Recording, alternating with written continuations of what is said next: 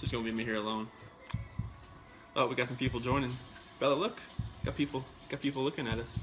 Say hi.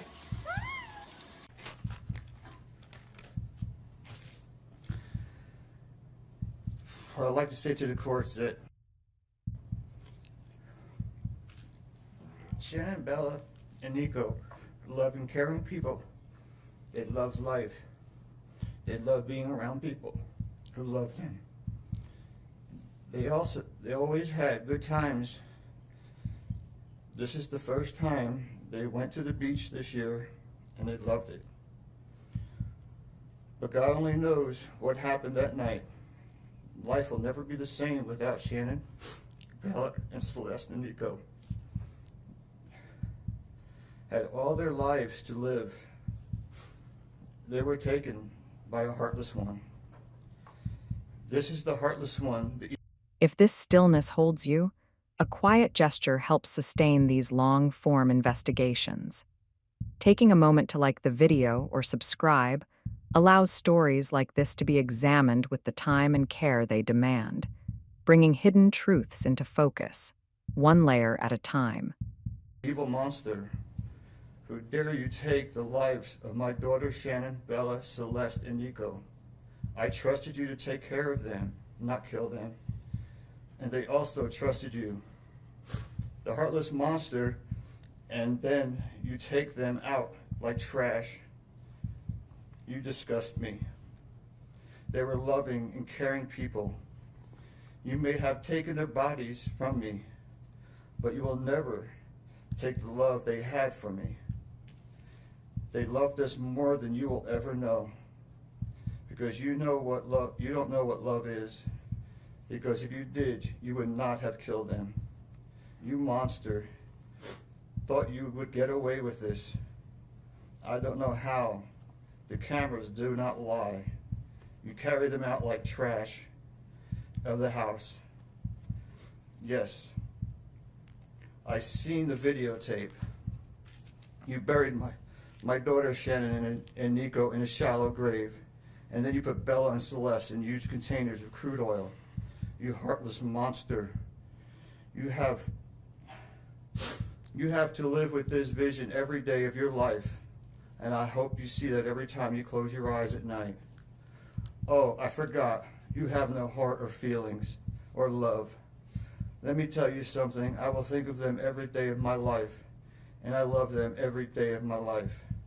Prison is too good for you. This is hard to say, but may God have mercy on your soul. I hope you enjoy your new life. It's nothing like the one you had out here. May the courts have no mercy on you. It's hard every day. It hurts in so many ways. I have heard people say that you're not a monster. No, you are not. You're an evil monster. Thank you. Love you, Shannon, Bella, and Nico. Love you, Pop and Dad. And one other thing. And Shannon says she is super excited for justice today. Thank you, Your Honor. Thank you, sir. Just wait. Hi, guys. Say What's hi, going Bella. We gotta get you dressed, kid. I know, Bella's right? eating. Bella's eating some of the ingredients. She got a nice little bowl of chocolate chips.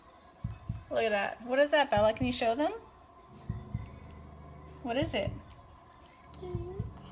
Is it chocolate? Is it chocolate? It's chocolate mini morsels, right? Yeah, good job. So she's been eating my peanut butter and the chocolate morsels so far today. So we're gonna let a few more people hop on, and then we're gonna get cooking here, and we'll explain to you what we're cooking up over here. So Yeah, welcome to the 12 days of Christmas, Lavelle Day, and even though I like to claim that I could probably cook, I can't at all. So I'm gonna let my wife do all the cooking. She's gonna make up some Thrive Bites for us. and I'm gonna go wash my hands real fast. Uh-oh. It's just gonna be me here alone. Oh, we got some people joining. Bella, look. Got people looking at us. Say hi. Wife's gonna be making up some Thrive Bites here in a second, so make sure you hop on and join us for the 12 days of Christmas. Bella's got some chocolate chips. I need a LaBelle apron. They All probably right, make guys. Hey, Michelle. Hey, Amanda. The house is quiet before dawn, but it is not the quiet of rest. It is the quiet of something already decided. A single light glows where it should not, cutting through the early darkness with a steadiness that feels deliberate. The air inside the rooms is still, heavy with the residue of routine, yesterday's dishes, folded clothes, small shoes placed neatly by the door. Everything is in its place, nothing appears disturbed. The silence does not suggest peace, it suggests control. In this quiet, movement is measured, doors open and close without urgency. The absence of noise feels intentional, as if sound itself has been restrained. Outside, the neighborhood sleeps on, unaware that the ordinary shape of morning has already been broken. When the lens widens, the setting remains deceptively familiar. A suburban street in Colorado, lawns trimmed, sidewalks clean, houses aligned in predictable rows. The kind of place built on the promise of safety through sameness. The kind of place where routine is trusted, where repetition is reassurance. Inside one of those houses lived a family that, from the outside, appeared carefully maintained. Chris Watts moved through his days with a precision that suggested discipline rather than warmth. His presence was controlled, economical, rarely expansive. He did not waste energy on excess emotion. Interactions were efficient, contained, shaped by an unspoken expectation that things... Bella's showing you what she's eating. She's eating the ingredients. She's been eating the ingredients since I've been getting them prepared, so. So we're gonna make Thrive Bites today. Chris didn't want to go on live doing it because he didn't want to mess anything up. Not that you can mess anything up with Thrive Bites. It's so simple. Except for today, we're gonna double the recipe because we love the Thrive Bites. When you are craving something to eat, or junk food or whatever, you just pop a Thrive Bite and it fills you up, and it's really delicious. Thrive Bites, right? Good job, Bella. My little helper right here. Thrive Bites. So today, I will post in the feed the Thrive Bites. Bella, shh. Will you turn it down for me, please? So I'm going to post in the thread here today on how to make Thrive Bites and the recipe. So basically it calls for 1 packet of your lifestyle mix. Now you can use any flavor. I'm going to use vanilla here today. And hold on, honey. It calls for a cup of oats, a half a cup of peanut butter. Hi, Bonnie. Hey, Corey. Look at Bella. A half a cup of mini morsels. Now, I'm doubling the recipe, but still want to keep the calories down, so I'm only going to still do a half a cup of mini morsels. It does also, you can add anything into it, like coconut, peanuts, walnuts, whatever you want. It's up to you. You also add a 1/3 cup of honey, a half a cup of ground flaxseed, and a teaspoon of vanilla. I don't know if I mentioned peanut butter, but also half a cup of peanut butter. Again, I'm doubling the recipe, so everything I'm doing here today is going to be double. Hey, Madison. Take care of my dad while he's there with you this week. All right, guys. Sorry. So first, I'm going to add my oats. These are so good. We can't keep them in the house. So then I added, the mini morsels.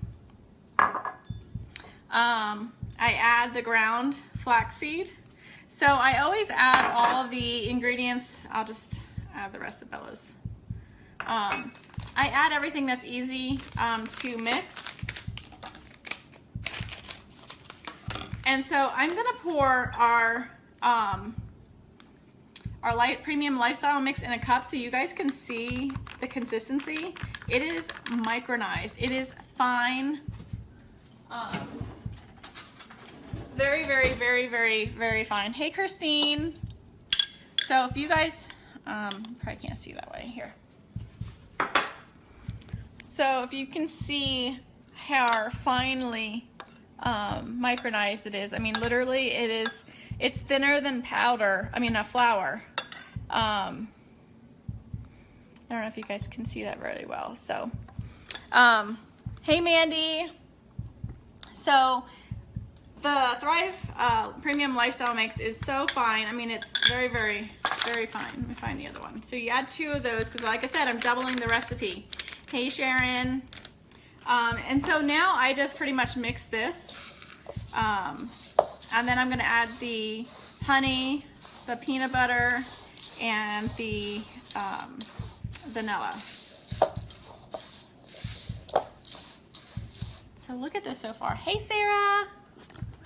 So look at our little fried bites so far. They're no bake, super simple, super delicious. Like I said, like I'm going to Punta Cana in February, and I need to continue to, where'd Bella put my spoons? Hold on, guys. I think she took my, hold on.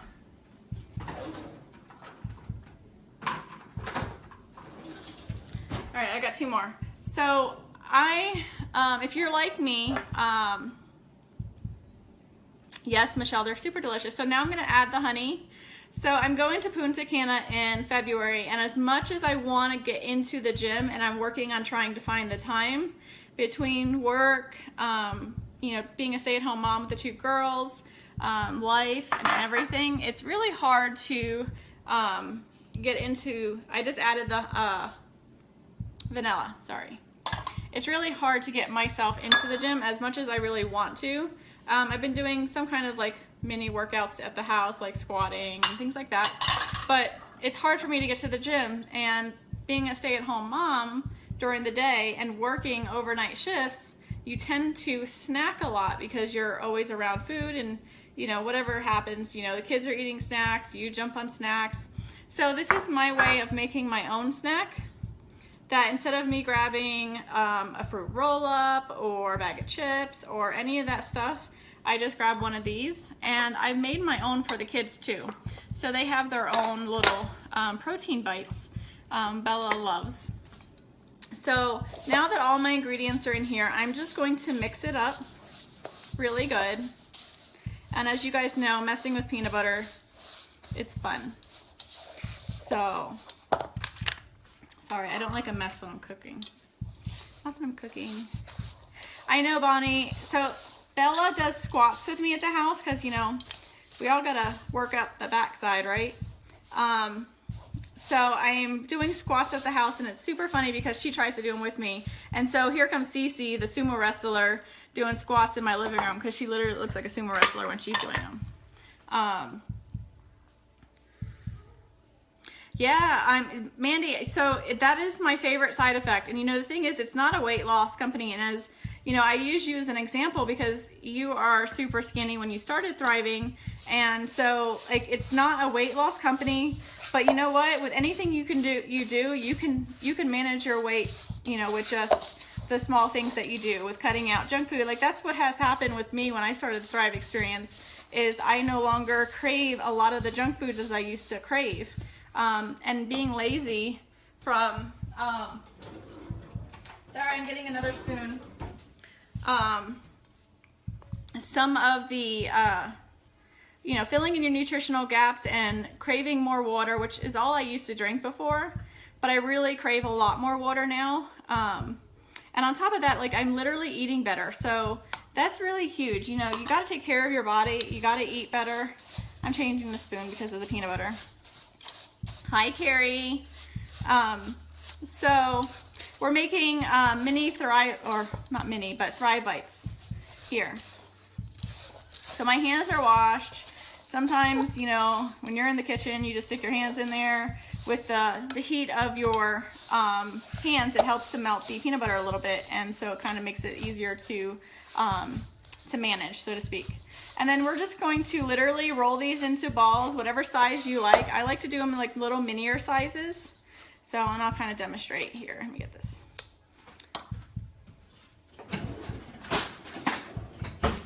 So get your hands dirty. I take about a teaspoon size. You can see that. And, you know, just pinch it into a ball. And so that's how big I make mine. They're probably a size of a quarter in round. Carrie, they're super delicious and very healthy for you too, except for the fact that they have little mini morsels in them. But I cut the recipe in half when it comes to the mini morsels. And then you can be creative. You can use the strawberry shake with it. You can use the apple pie and create it into like an apple pie little treat. I love the peanut butter because everyone in this house loves peanut butter and I can never keep it on hand. So it's been really good. Like I said, the girls love them. I don't use the Thrive Lifestyle mix for the girls, but I make them their own little mini bites so they feel like they're getting a treat with us too. Yes, Mandy. So these are so, like, honestly, they're really good too. But yeah, and you can do whatever you want with them. You can add anything. I'm not a coconut person, so I don't add coconut to mine, but you can add chunky peanut butter. You can add anything, you know, that you want. Stick them in the fridge, let them chill, and then put them in a little container, and then you're good to go. Grab and go. How many spoons are you required? Listen. I use like one sometimes, but like it's sticky, and you know, usually I just use my hands a lot. Of course they're clean, but you know, I'm trying to be, you know, proper, like professional TV cook, you know. I don't qualify though. So, give me 1 second. They're really good. You guys really have to try them. I will post them in the thread here. I am down 28 pounds since I started the Thrive Experience, and going to Punta Cana in February, I'd like to be down another, you know, a good 5 to 10 pounds. And so this is a really good way for me to do that. And I'm going to show you kind of what they look like. I'm sure some of you have made some protein bites before. So it's super simple, you guys. Have fun with it. Bella was helping me out, but Chris took her away so she wouldn't talk on the video. Incorporate your kids, like make something for them. Like, and this is super fun. Bella likes to roll these with me, and she does a really good job with it. And it's interaction with your children too at the same time. So that's pretty much it. I'm gonna finish making these, and then I'll come back on later and show you what they look like when they're all done, even though they look the same, just a little firmer. So you guys have a great day, and I'll post the ingredients so Michelle, you can go ahead and continue shopping when you're at Walmart today. All right, guys, have a great day. These are great when you have an afternoon slump of work. Yes, so good. And you know, honestly, like I eat them throughout the day, and they're really good snacks for when I work overnights, because when I work overnights, I tend to snack on a bunch of junk food, like things that aren't good for you. And so these have been a really good supplement instead of doing that. So instead of a bag of chips, I'm eating some Thrive Bites. All right, guys, have a great day. Objectively say that this is perhaps the most inhumane and vicious crime that I have handled out of the thousands of cases that I have seen. And nothing less than a maximum sentence would be appropriate, and anything less than the maximum sentence would depreciate the seriousness of this offense. Deputies, I would respectfully ask that you take this defendant into custody and have him serve the rest of his life in the Department of Corrections. We are in recess. Would proceed according to his internal order. Within the same space, his wife moved differently. There was openness in her gestures, a visible effort to connect, to fill rooms with conversation and shared attention. The children carried an easy warmth, their lives defined by closeness, noise, and the assumption that home was a place of safety and care. The imbalance was subtle but persistent. It appeared in who adjusted and who did not, in who absorbed tension and who seemed untouched by it. Chris remained centered within himself, his emotional distance functioning like a fixed point around which everything else rotated. When the household adapted, it adapted around him. Control did not announce itself loudly. It appeared in expectations that were never discussed, in the narrowing of acceptable reactions, in the quiet pressure to maintain an image of calm and order. Conflict did not erupt, it was contained. Discomfort was not explored, it was managed. Over time, emotional distance hardened into routine. Chris's attention turned increasingly inward toward his own needs, his own future, his own sense of entitlement to a life unencumbered by complication. The family around him became background, present, functional, but increasingly peripheral to his internal narrative.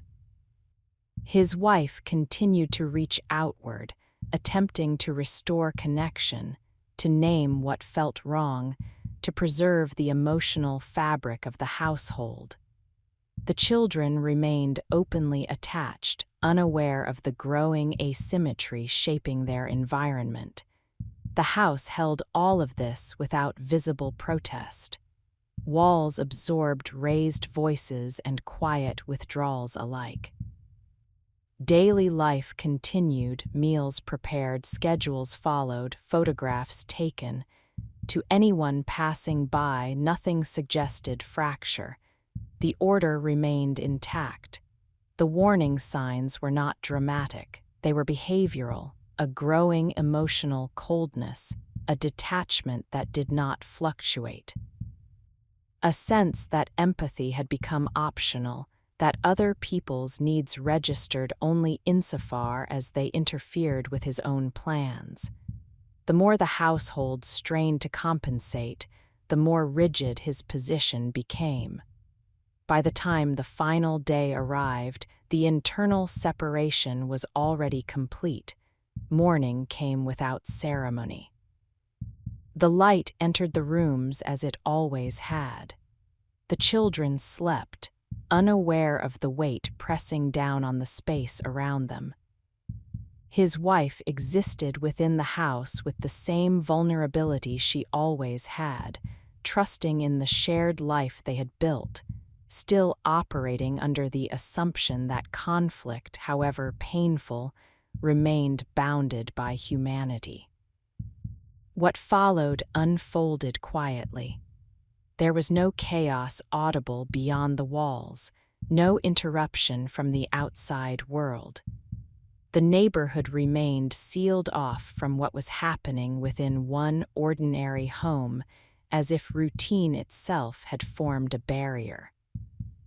When the house fell silent again, it was a different silence. Not the controlled quiet of restraint, but the absolute stillness of absence. The rooms held no movement now, only the echo of what had been erased. The ordinariness of the setting made that erasure feel almost unreal, as though reality itself were misaligned. Hours would pass before the outside world noticed anything amiss. By then, the narrative Chris had constructed for himself had already begun to unravel. The image of control he relied on could not contain the weight of what he had done.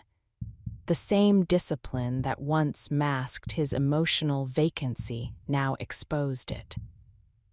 As the story moved outward, from house to street, from private space to public reckoning, the contrast became unavoidable. A man defined by emotional coldness and self-interest. A woman and children defined by connection, presence, and vulnerability. The imbalance that had shaped their daily lives now defined the crime itself. And as the truth began its slow emergence, it became clear that what had happened was not a sudden rupture, but the final act of a long, quiet withdrawal, one that had unfolded in plain sight, hidden not by chaos but by control. The first disturbance was not a scream, not a crash, not the kind of sound that would justify panic. It was absence, an absence sharp enough to cut through routine. The morning advanced the way it always did in that neighborhood. Garage doors opened and closed, engines turned over, people left for work, for errands, for school drop-offs. The street performed its familiar choreography with the quiet confidence of a place that believed in predictable outcomes. But inside the Watts house, nothing moved. The stillness remained sealed behind the front door, and the hours began to collect in a way that felt wrong even from the outside. Messages went unanswered. A scheduled appointment was missed. Small expectations that normally would have been met without thought began, one by one, to remain unmet. This is how reality begins to shift through little failures of routine. The first people to feel it were not strangers. They were the ones who knew the pattern of her day well enough to notice when it broke. The ones who understood that her energy, her constant engagement with the world, her habit of being present and responsive, did not simply evaporate without reason. Concern moved quickly, not as hysteria but as a tightening focus. A car in the driveway could mean nothing, or it could mean everything. A closed curtain could be ordinary, or it could be concealment. The house itself offered no answers. It looked as it always had. Its neatness was almost insulting in its calm. When attention turned toward Chris, he presented himself as he always had, contained, controlled, measured.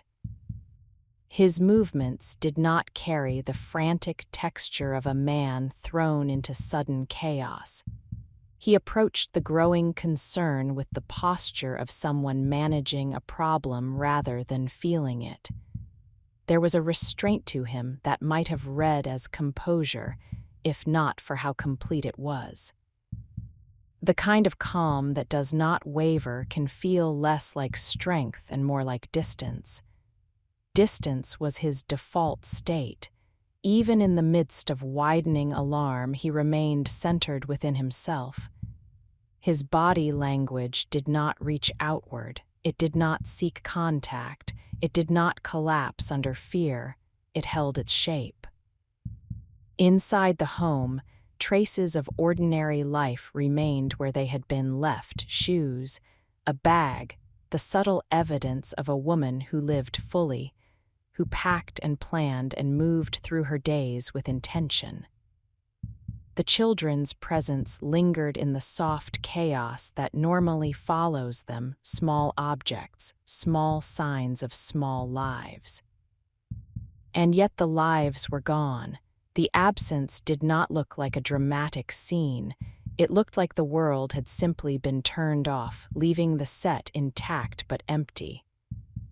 As the house was entered and examined, the process unfolded with a procedural heaviness. People moved through rooms, pausing, looking, assessing. There was a strange tension in watching a space meant for family become a place of search. The air itself seemed to change. What had once been private became exposed, and exposure brought with it a kind of cold clarity. Chris remained present, but not emotionally accessible. He stood in the frame of what was happening without appearing to be inside it. His face held a controlled neutrality, his gestures economical. He did not collapse into visible grief. He did not appear overtaken. He watched and waited and responded when required. A house full of concern made his calm more noticeable, not less. There is a particular kind of discomfort that forms when the emotional temperature of a room is uneven, when fear rises in some bodies and fails to rise in another. People feel it instinctively, even if they cannot name it.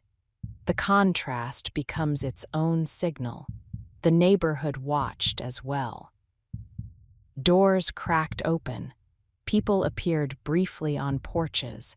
The street's normal rhythm slowed, thickened with curiosity and unease. In places like this, trouble feels foreign. When it arrives, it draws attention not because of what is seen, but because it threatens the shared story of safety. Chris, at the center of that threatened story, began to perform something close to concern. But performance is often defined by timing, by how it enters the body, how it changes the eyes, how it interrupts routine. His reactions seem to arrive in measured increments, as if selected rather than felt. He looked like a man aware of being observed. A man controlling the shape of his own presence. As the hours tightened, the narrative Chris offered through his behavior, through his restrained posture, did not create reassurance. It created uncertainty. Because uncertainty grows where emotion should be. It grows in the gap between what is happening and how someone responds to it. It grows when a man stands in the doorway of a suddenly missing family and seems less shattered than inconvenienced, less terrified than occupied. The story began to move from the house into the broader world. Phone records, digital traces, the subtle footprints people leave behind without thinking, these began to matter. In modern life, disappearance is rarely clean. The world records movement constantly, a ping, a timestamp, a transaction, a message that fails to send at the expected hour. As these invisible records were pulled into view, Chris's contained demeanor became less an oddity and more a point of focus. His routines, his timeline, his early morning movements, things that might have been irrelevant in a normal day, began to carry weight. The calmness he wore like armor started to look less like composure and more like calculation. And calculation has a particular shape. It shows in how a person speaks with their body, even without words, in the way they choose where to stand, in how often they touch their own face. In the slight delay before an answer, the overly steady tone, the rigid control of breath. Chris's control did not break, not when asked to account for the missing. Not when faced with the vacuum where his wife's warmth should have been, where his children's presence should have filled the rooms. If anything, he seemed to double down on restraint, as though tightening the emotional perimeter around himself could keep reality from entering. But reality was already inside the house. It was inside the concern that had gathered like a storm. It was inside the procedural movement through rooms, the careful observation of what was missing and what remained. It was inside the quiet recognition that the story being told by the space did not match the story being carried by the man who lived there. The house held no obvious answer, but it held an atmosphere that had shifted. The air felt wrong. The quiet felt staged. The neatness felt too intact for the scale of absence. It was the kind of wrongness that does not announce itself but accumulates until the body believes it before the mind can articulate why. As the day wore on, the search for the missing began to intersect with the search for motive. Not yet in a formal sense, not as a declared accusation, but as an emerging gravitational pull.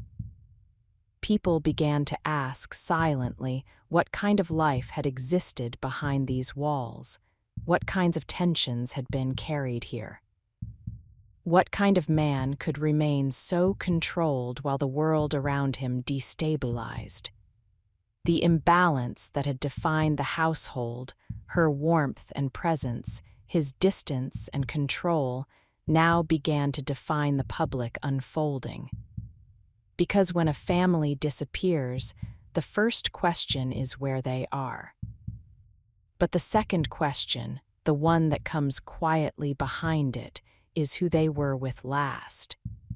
And in this case, the answer was the same man standing in the center of the house, calm in a way that made the air around him feel colder than the morning outside.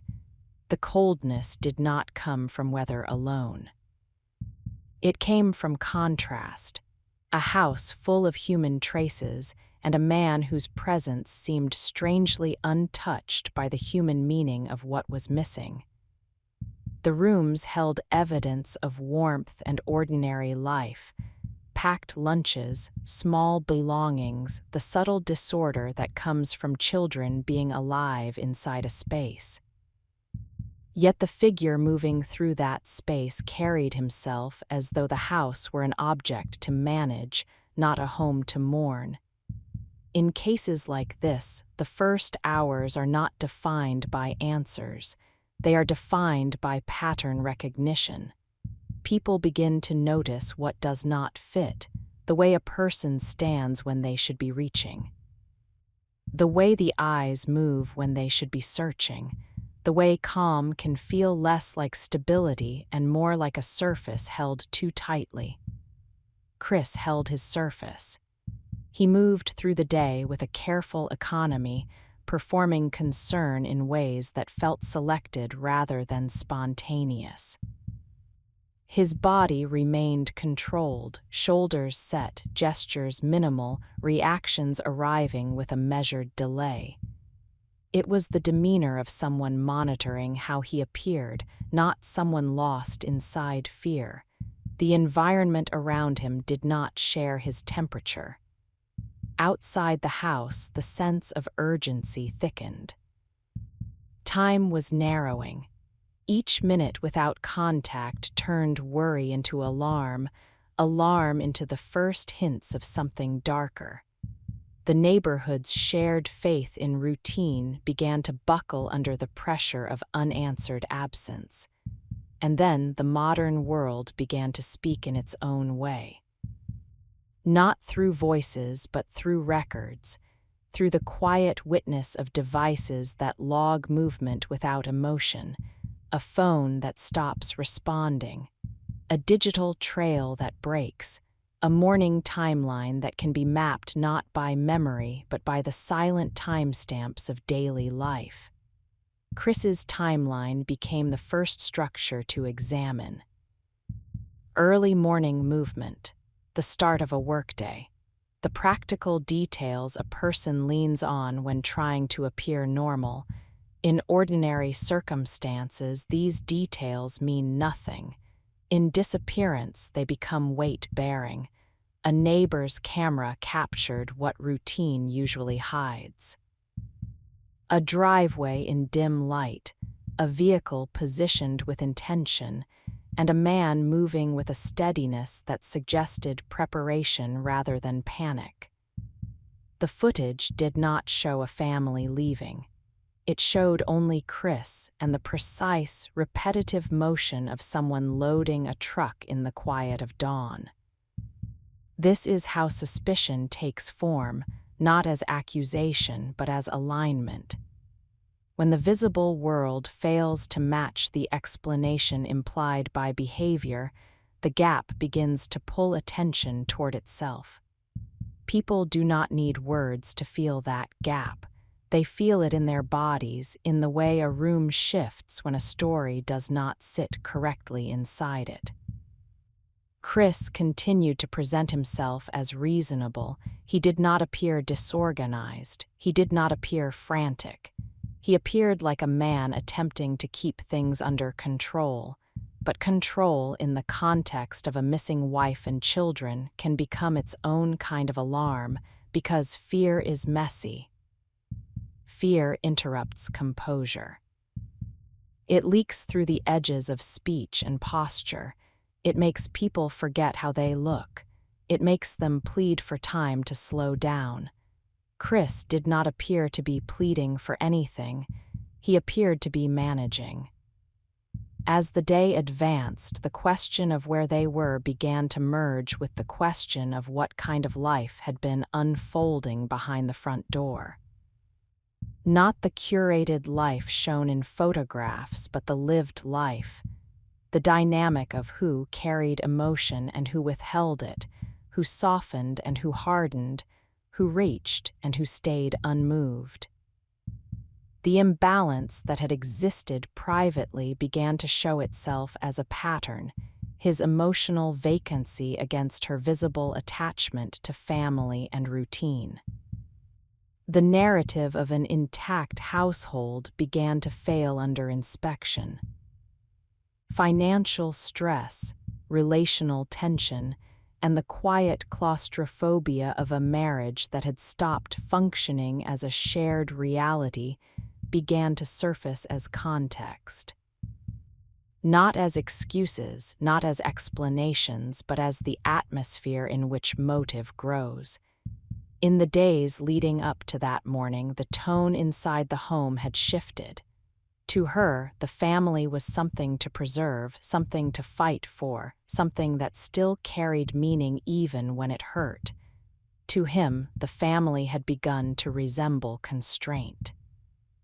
The warmth of the household, its needs, its expectations, its emotional demands, had become pressure against a man who increasingly seemed to experience other people as burdens rather than as lives.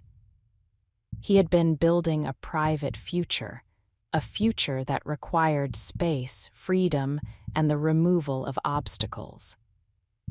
His demeanor, controlled, self-contained, emotionally withholding, did not suggest a man wrestling with empathy. It suggested a man narrowing the world until only his own desires remained central. When a person narrows like that, they begin to treat others as variables. Not as bodies and hearts, but as problems to solve. The family becomes a logistical barrier. The marriage becomes a structure to dismantle. The children become inconvenient attachments to a life he no longer wanted. This is the kind of internal shift that rarely announces itself. It shows in subtle impatience. In the cold management of conflict, in the way affection becomes conditional, then absent, in the way a person's eyes stop seeing the people in front of them as fully real. As investigators followed the trail outward, Chris's control became increasingly difficult to maintain. The evidence did not arrive as one dramatic revelation. It arrived as a slow tightening, one fact aligning with another, one gap in the story refusing to close. The morning drive. The lack of any digital footprint suggesting his wife or children had left freely. The absence of activity that would indicate normal movement after the last confirmed moment of presence.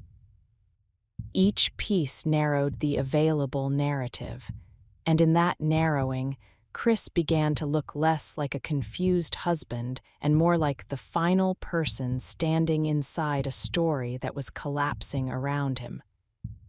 The house itself became a kind of silent testimony, not through words, but through what it held and what it lacked. The car still there, the personal items left behind.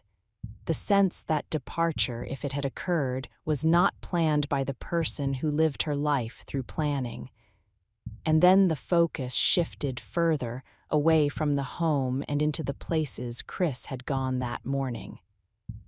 The landscape changed from suburban calm to industrial distance.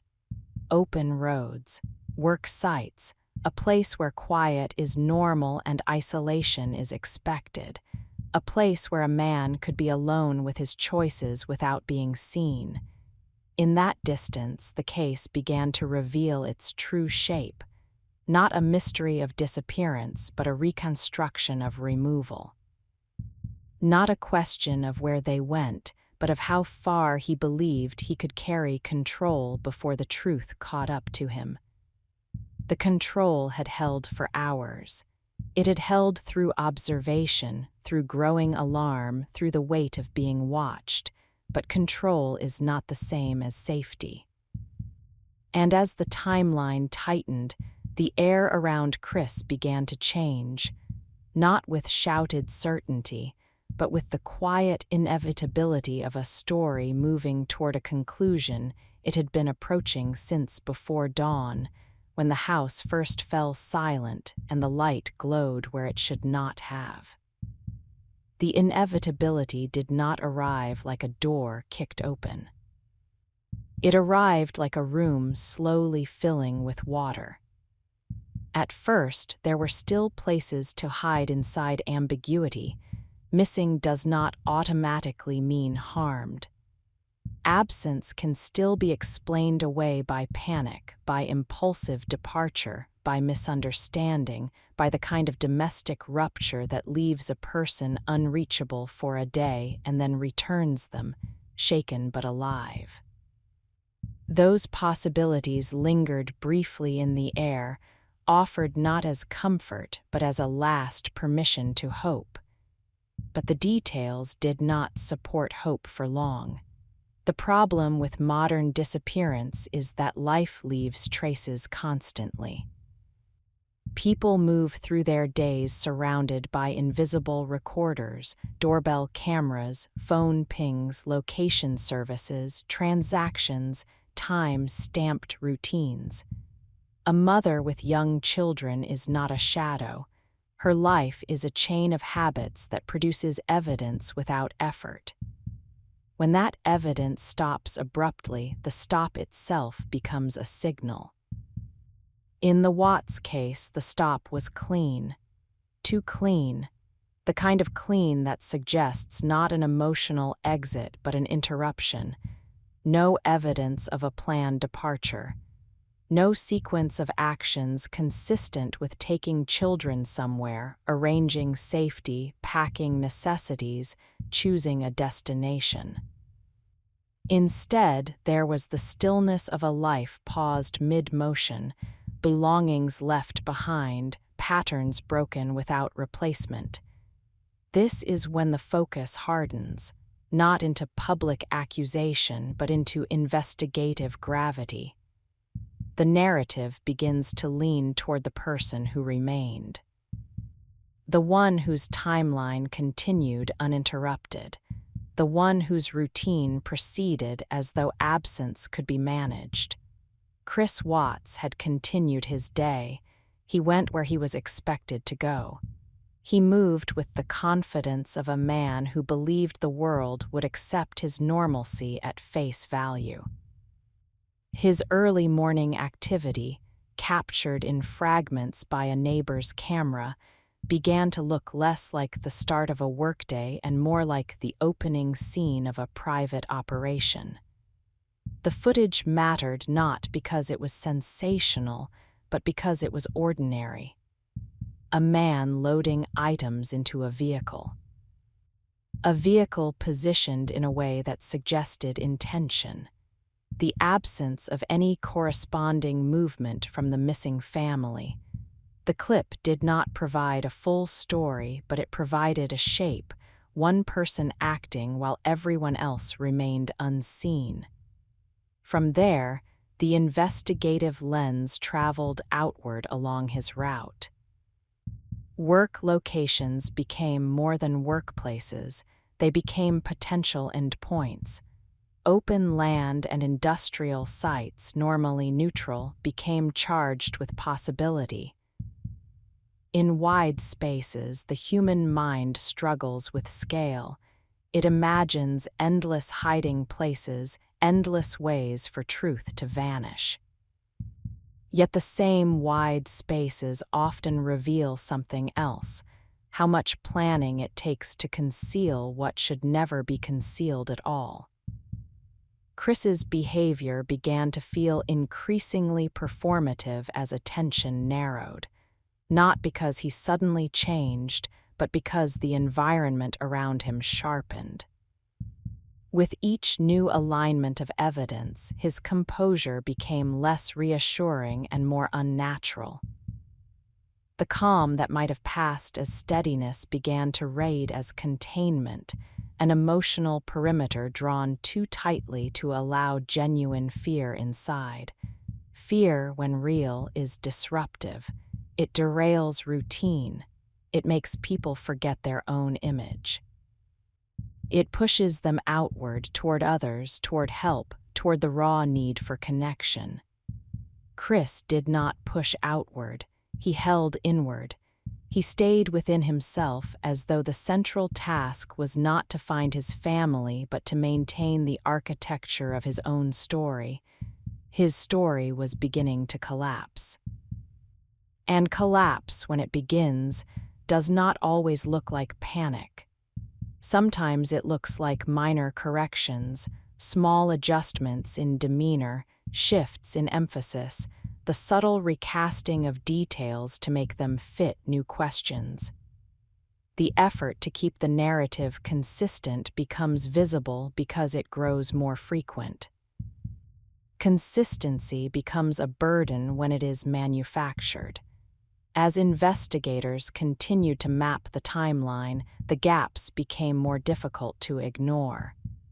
The absence of his wife's usual digital footprint, the lack of activity consistent with voluntary movement, the fact that time, which should have created more evidence of life, created only a deepening void. Then the search moved to places where voids are easier to create: remote areas, work sites, locations defined by distance from neighborhoods and distance from witnesses.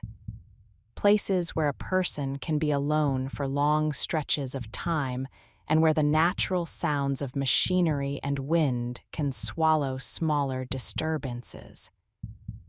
In those places, the case shifted from the question of disappearance to the question of concealment. The day did not feel like a dramatic chase. It felt like a tightening circle. Each new fact did not explode the story, it compressed it. Chris's world grew smaller as options fell away. The possibility that his wife had left of her own will, taking 2 small children with her and leaving behind the tools of her daily life, became less plausible by the hour. Plausibility has a physical presence in a case like this. You can feel it vanish from a room. You can sense when explanations stop landing. When the air becomes dense with a different kind of attention, quiet, focused, unwilling to be soothed by superficial calm. At that point, Chris was no longer being evaluated as a husband in distress. He was being evaluated as a man whose behavior suggested orchestration. A man whose emotional distance was not merely personality but strategy.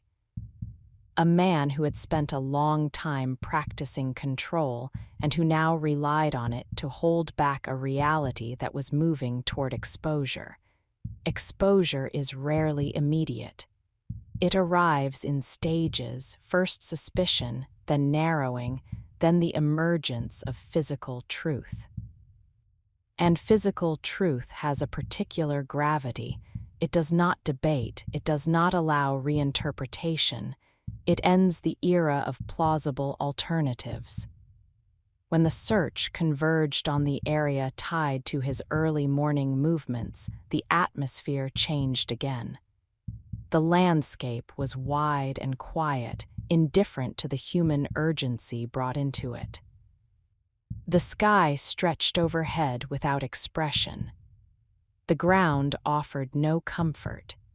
In such places, the distance between ordinary life and irreversible consequence feels painfully thin, as if a few miles of road are all that separate a family's warm routines from the cold finality of what can be done to erase them.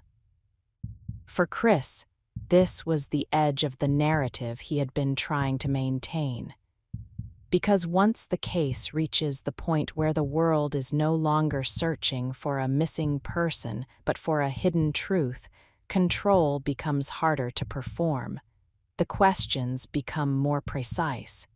The timeline becomes less forgiving. The space for vague reassurance disappears. And in that tightening, the man who had relied on calm as armor began to face the one thing calm cannot survive, the slow, grinding approach of evidence that does not care how composed he appears. Evidence has no interest in calm. It does not respond to posture or tone. It does not soften in the presence of a steady voice. It simply accumulates, one piece at a time, until the story that was meant to hold begins to fail under its own weight. In the wide, industrial distance of that work site, the day took on a different texture. The air smelled of metal and heat and the faint, chemical edge of a place built for extraction. The horizon felt too open, too indifferent. In such landscapes, human urgency looks small. The ground does not react to grief. The sky does not acknowledge loss. Everything continues to be what it is. And yet the search brought human meaning into that place, saturating it. It turned ordinary objects into potential endpoints. It turned distances into questions. It turned the mundane logic of a job site into a map of possible concealment. The focus was no longer on where someone might have gone. It was on where someone might have been taken. Chris remained present within the tightening circle, still wearing the same contained exterior. But containment under this pressure becomes strained. The body begins to betray effort. Micro-movements appear, small shifts of weight, a brief rigidity in the shoulders, the subtle tightening of the jaw. These are not dramatic tells. They are the small tacks of maintaining a narrative when the environment is no longer willing to accept it. The modern world had already been narrowing his options. The broken continuity of digital life, the absence of ordinary movement, the captured fragments of early morning activity, each had pulled the case away from ambiguity. Now the physical world began to participate as well. Physical truth arrives differently than suspicion. Suspicion is an atmosphere. It changes how people look at a person, how silence feels around them. Physical truth is heavier. It does not linger in possibility. It lands. When the first signs of what had been hidden began to emerge, the entire emotional temperature of the case shifted. Hope did not vanish with a dramatic moment. It drained out slowly, like warmth leaving a room after the lights have been turned off. In the Watts story, what was recovered from that landscape did not restore understanding. It ended argument. The family who had filled the house with human presence, warmth, movement, vulnerability was no longer a missing narrative. They were an irreversible fact. The wide, indifferent land had been used not as distance, but as cover. The moment that cover fails, the perpetrator's control becomes irrelevant, because control is an internal posture and evidence is external reality. No amount of composure can change what the world has now seen. Chris's emotional coldness, once merely unsettling, began to look like something more consequential. Not a personality trait, not just reserved demeanor. a sustained absence of empathy that had allowed him to treat human beings, his wife, his children, as obstacles to be removed rather than lives to be protected. The contrast sharpened again. His wife had been a person of visible attachment to life. She documented, she planned, she reached outward. Her presence was not passive. It was active, full of effort and desire for connection. The children were defined by dependence and trust, by the simple assumption that the adults around them existed to keep them safe. Against that, Chris's interior world appeared increasingly narrow, a world organized around himself, around what he wanted next, around the removal of anything that complicated his chosen direction. The family was not regarded as a shared life to repair. It was treated as a structure to erase. After physical truth enters a case, the next stage often looks strangely quiet, not because the situation becomes less intense, but because the process becomes procedural. Forms, timelines, controlled environments where the movement of truth is slow and grinding, carried forward not by emotion but by sequence. Chris was placed into those environments: bright, sterile rooms, hard chairs, flat walls, the kind of spaces designed to reduce a human being to a set of facts. In such rooms, people either crumble or harden. Chris's default was hardening. He remained controlled, his expression restrained, his posture contained, still attempting, even now, to hold authority over how he was perceived. But the authority had shifted. He was no longer directing the narrative. He was inside it. The mechanisms of accountability began to take over, indifferent to his composure. The timeline, once a tool he hoped would protect him, now became the structure that trapped him. Movements were tracked, gaps were filled. Inconsistencies did not need to be argued, they simply sat in the record, refusing to disappear. Eventually, the story reached the point where denial could no longer function as a stable position. The body can maintain performance only so long before it starts to fail under the pressure of what is known. The effort to preserve a false normal becomes heavier than the effort to submit to what is already inevitable. In the end, Chris's control did not save him. It only delayed the moment of collapse, and when collapse came, it did not arrive as an explosion of emotion. It arrived as a kind of administrative surrender, an acceptance that the story was no longer his to shape, that the future he had tried to build through erasure would now be built without him. The legal process that followed carried its own atmosphere. Courtrooms are not loud in the way people imagine. They are heavy. They are full of small sounds, chairs shifting, papers moving, footsteps on hard floors that feel amplified by the silence surrounding them. People sit close together without speaking, their faces taut with the strain of containing grief in public. In that space, Chris appeared smaller than he had in the controlled environment of his own home. Not physically diminished, but socially reduced. The man who had relied on quiet dominance, who had kept emotional distance as a form of control, now sat within a system that did not respond to his preferences. He was simply one body in a room built to formalize consequence. The victims were present in a different way, not through voices, not through testimony, but through absence that saturated the room, through photographs that did not move, through the unbearable contrast between who they had been, warm, ordinary, alive, and what had been done to them.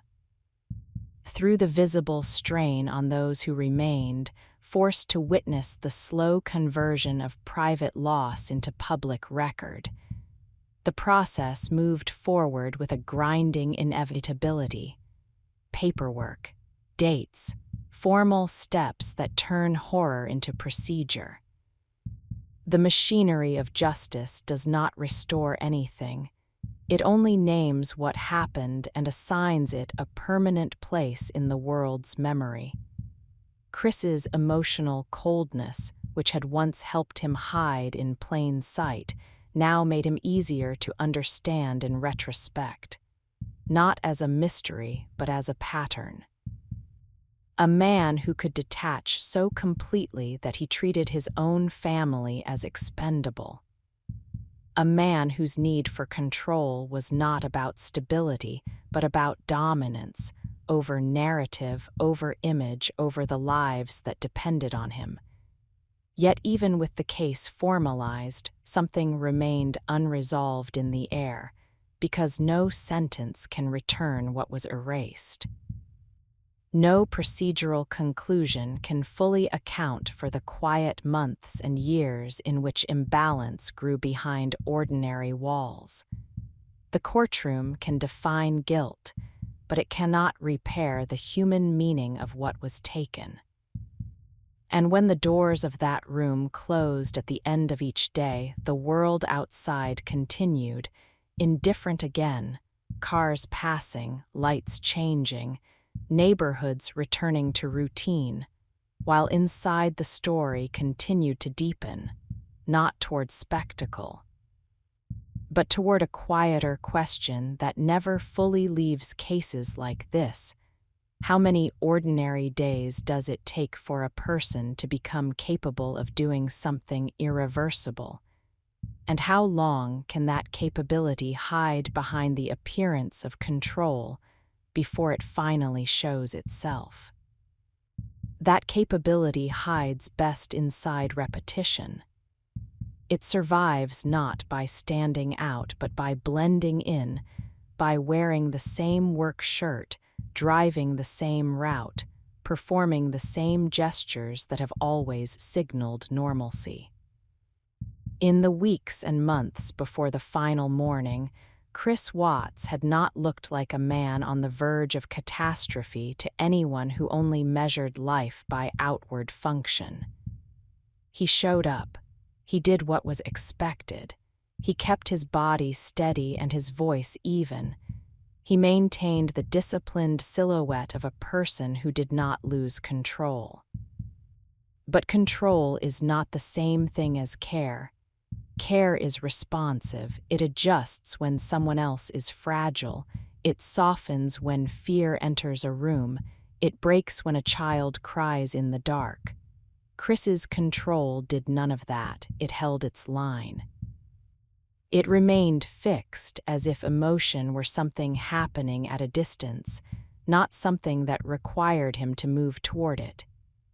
Inside the home, that fixedness created a subtle climate, not one of constant overt conflict, but one of quiet management. The household learned what to bring to him and what to keep to themselves. It learned how to shape requests, how to anticipate the edges of his patience, how to avoid the small punishments that come without shouting. Withdrawal, silence used like a wall, the quiet dismissal of another person's needs as inconvenient. His wife lived in a different register. She existed in the language of connection. She planned because she cared. She spoke because she wanted to keep the family intact, to keep the story of their life coherent and survivable. Her warmth was not naive. It was work. It was the labor of someone trying to hold together a home where emotional gravity pulled in one direction. The children knew only her version of reality. They lived in the warmth she created around them. They belonged to routines that made sense: bedtime, meals, small celebrations, the daily reassurance that adults were there to protect them. children do not understand performance. They understand presence. They trust it. They accept it as the foundation of the world. That trust is what makes a family crime feel like a violation of nature itself. After the truth emerged, the world tried to reassemble the story into understandable pieces. People looked backward, tracing lines through photographs, social media posts, the ordinary evidence of a family presenting itself to the world. In images, the family looked like so many others: smiles, holidays, proximity, bright rooms. But images record surfaces, and surfaces are easy to maintain when one person insists on being seen a certain way. Chris had insisted on that. Even as the case moved into the legal machinery, even as the physical reality of what had happened removed all room for ambiguity, his demeanor continued to suggest not sorrow, but calculation. He seemed to measure the room, to register what was required of him, to deliver the minimum shape of reaction that would satisfy expectation without surrendering control of himself. In the courthouse atmosphere, that habit became stark. Courtrooms do not restore dignity to the dead. They convert them into exhibits, into timelines, into dates and formal language. The people who loved the victims had to sit within that conversion, forced to watch their grief become procedural. Their faces carried exhaustion, the kind that comes not from a single day of pain but from sustained exposure to it, day after day, in a room that cannot offer relief. Chris's posture remained contained within that same space. He did not appear outwardly destabilized by what he had destroyed. He did not seem altered by the absence he had created. The emotional center of the room belonged not to him, but to the void where his family should have been. And that void, in a case like this, becomes a kind of presence. It fills the air with what cannot be corrected. It forces every ordinary action to feel obscene: taking notes, shifting in a seat, looking at a clock, because the ordinary continues while the extraordinary cannot be undone. When the proceedings moved forward, the truth did not arrive as one clean revelation.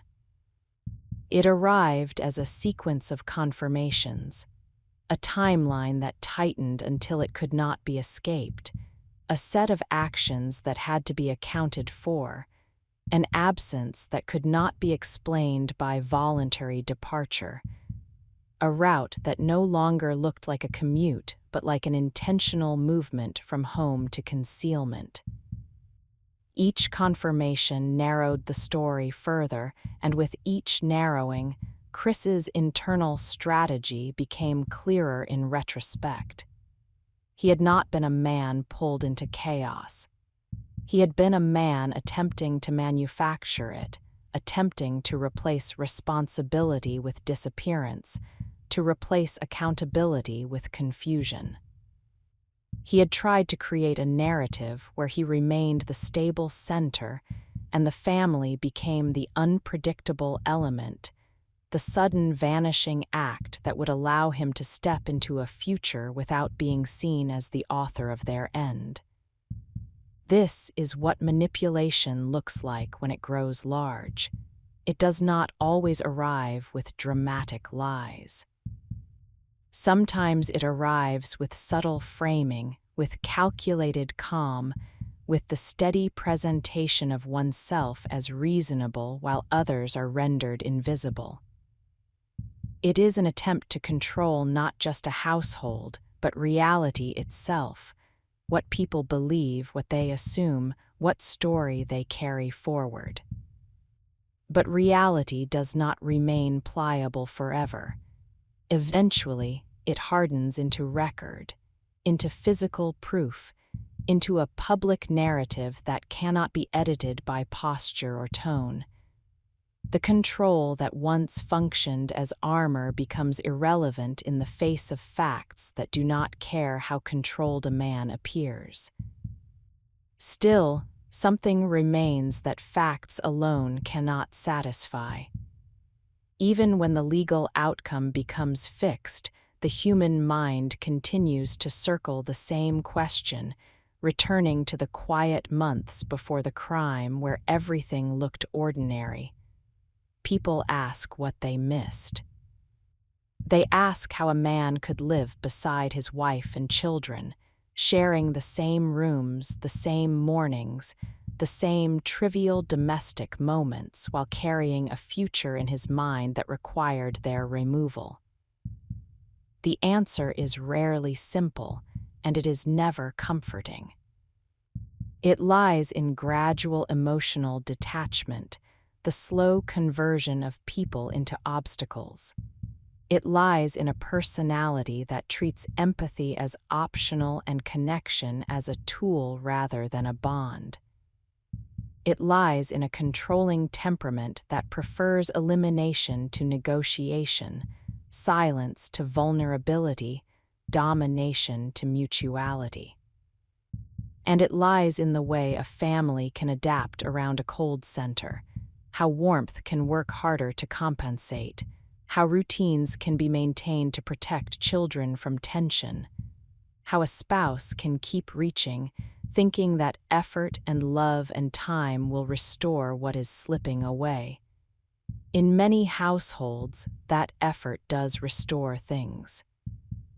In this one, it became part of the camouflage, making the surface look intact even as the internal world narrowed towards something irreparable. After the formal process, life outside the case continued. The neighborhood remained, still arranged in clean lines and predictable blocks. Houses stayed occupied. New families moved in and out. People still mowed lawns and carried groceries. Routine returned because it always does. But routine returned with a slight change in meaning, at least for those who had watched the story unfold from close enough to feel its weight. A closed garage door felt different. A quiet house in the middle of the day felt different. A man who seemed controlled and calm did not automatically rate as reliable. The case did not turn everyone into suspicion. It turned some people into listeners, into observers of silence and posture, into interpreters of what calm might conceal. And yet even that heightened attentiveness has limits. Time dulls the sharpest edges. People cannot live indefinitely inside the tension of what-ifs. The mind seeks relief. The world insists on moving forward. Eventually, the case becomes part of the background of collective memory, resurfacing in anniversaries, in documentaries, in quiet conversations that trail off when words feel inadequate. But the story does not fully recede because it contains a particular kind of horror, the horror of betrayal disguised as normalcy. Chris Watts did not look like a stranger at the door. He looked like the person already inside. He was the one entrusted with the most basic obligation, protection. His emotional coldness and controlling nature did not simply make the household uncomfortable. They shaped the environment in which vulnerability could be exploited without warning, because the victims were not braced for an enemy within the daily fabric of home. Home is where people lower their guard. It is where children trust without question. It is where a spouse believes that conflict will remain bounded by a shared humanity. It is where routine feels safe enough to rely on. In the wake of this case, that faith in home becomes more complicated. Not destroyed, but altered. Made more fragile by the knowledge that routine can be staged, that control can mimic stability, that emotional distance can be a warning sign rather than a personality quirk. The story lingers there in the quiet recalibration of what people believe a safe life looks like. And beneath that recalibration is another, heavier recognition that the most devastating acts are not always preceded by obvious storms. Sometimes they are preceded by ordinary days, ordinary meals, ordinary bedtime routines, ordinary silences. And a man who remains, day after day, emotionally untouched by the warmth around him, as if he is already practicing the absence he intends to create, long before anyone else can imagine that absence becoming real. That practice of absence is difficult to recognize while it is still only a posture. It looks like quietness. It looks like restraint. It looks like a person who does not waste words, who does not dramatize feelings, who appears dependable precisely because he does not appear moved. In many lives, that kind of stillness is read as maturity. In this story, it became something else, a space where empathy should have been and where nothing seemed to grow. In the months before the crime, the household carried two different realities at once. One was visible, brightened by her effort. She tried to keep the family life coherent: appointments, photos, routines, celebrations, messages. She treated the family as a living thing that required constant care, constant attention, constant repair when strain appeared. She was emotionally present not as a mood, but as a discipline of connection.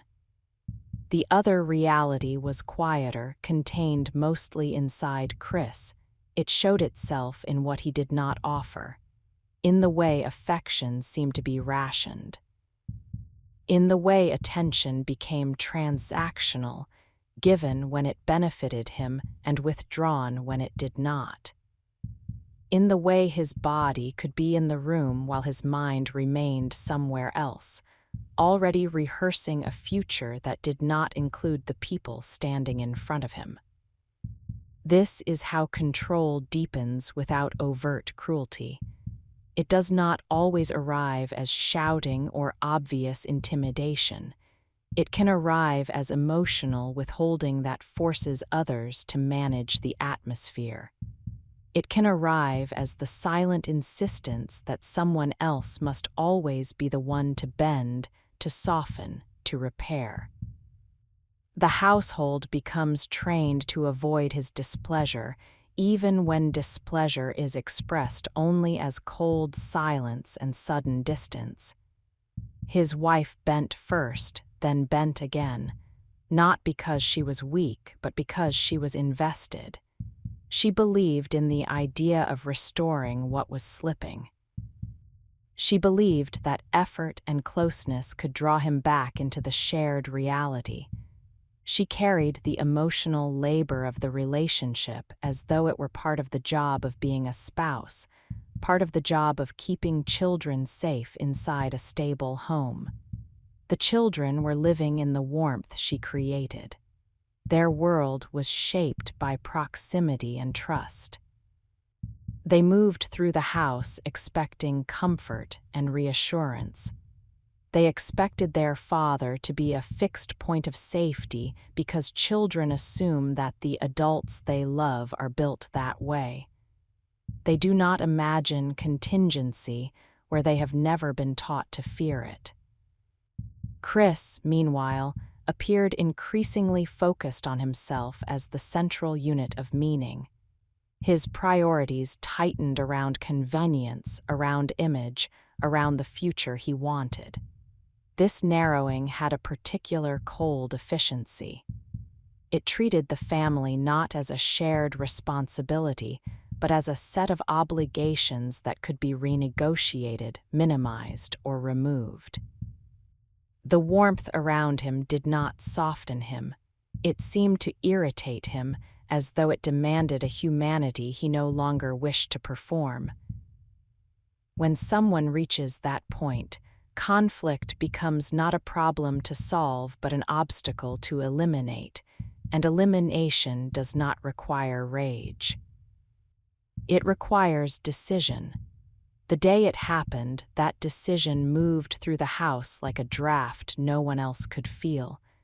The morning contained the same mundane textures it always did: air conditioning hum, faint outdoor sounds, the ordinary stillness of early hours.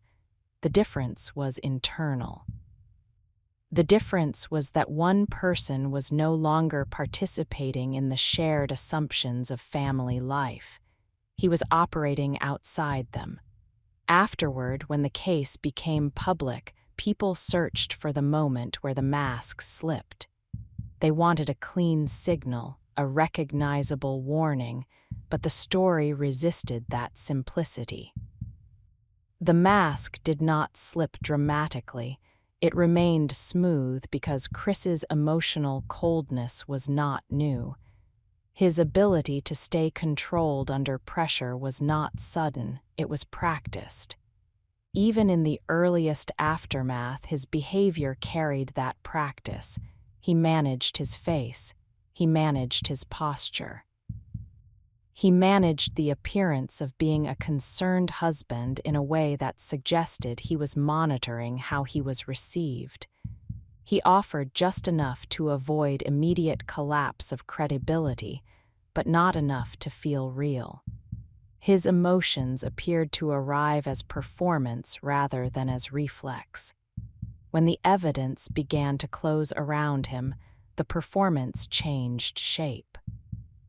It became tighter, more careful, more minimal. He did not expand into grief, he contracted into calculation. The more the world demanded that he be fully human in the face of what was missing, the more he seemed to retreat into a controlled shell, as if humanity itself were too unpredictable to risk. This is where manipulation becomes visible, not in the content of what is said, but in the structure of how a person attempts to steer perception. The careful sequencing of information, the selective presentation of concern, the quiet attempt to position himself as the stable point while everything else is described as chaotic or inexplicable. But modern investigations are difficult to manipulate for long. They do not rely solely on narrative. They rely on time stamps, on movement logs, on the quiet evidence that daily life produces without thought. These records do not respond to charisma or composure. They align or they do not. In the Watts case, they did not align with the life he attempted to present. As the record hardened, his control ceased to function as protection. It became a contrast that made him easier to raid.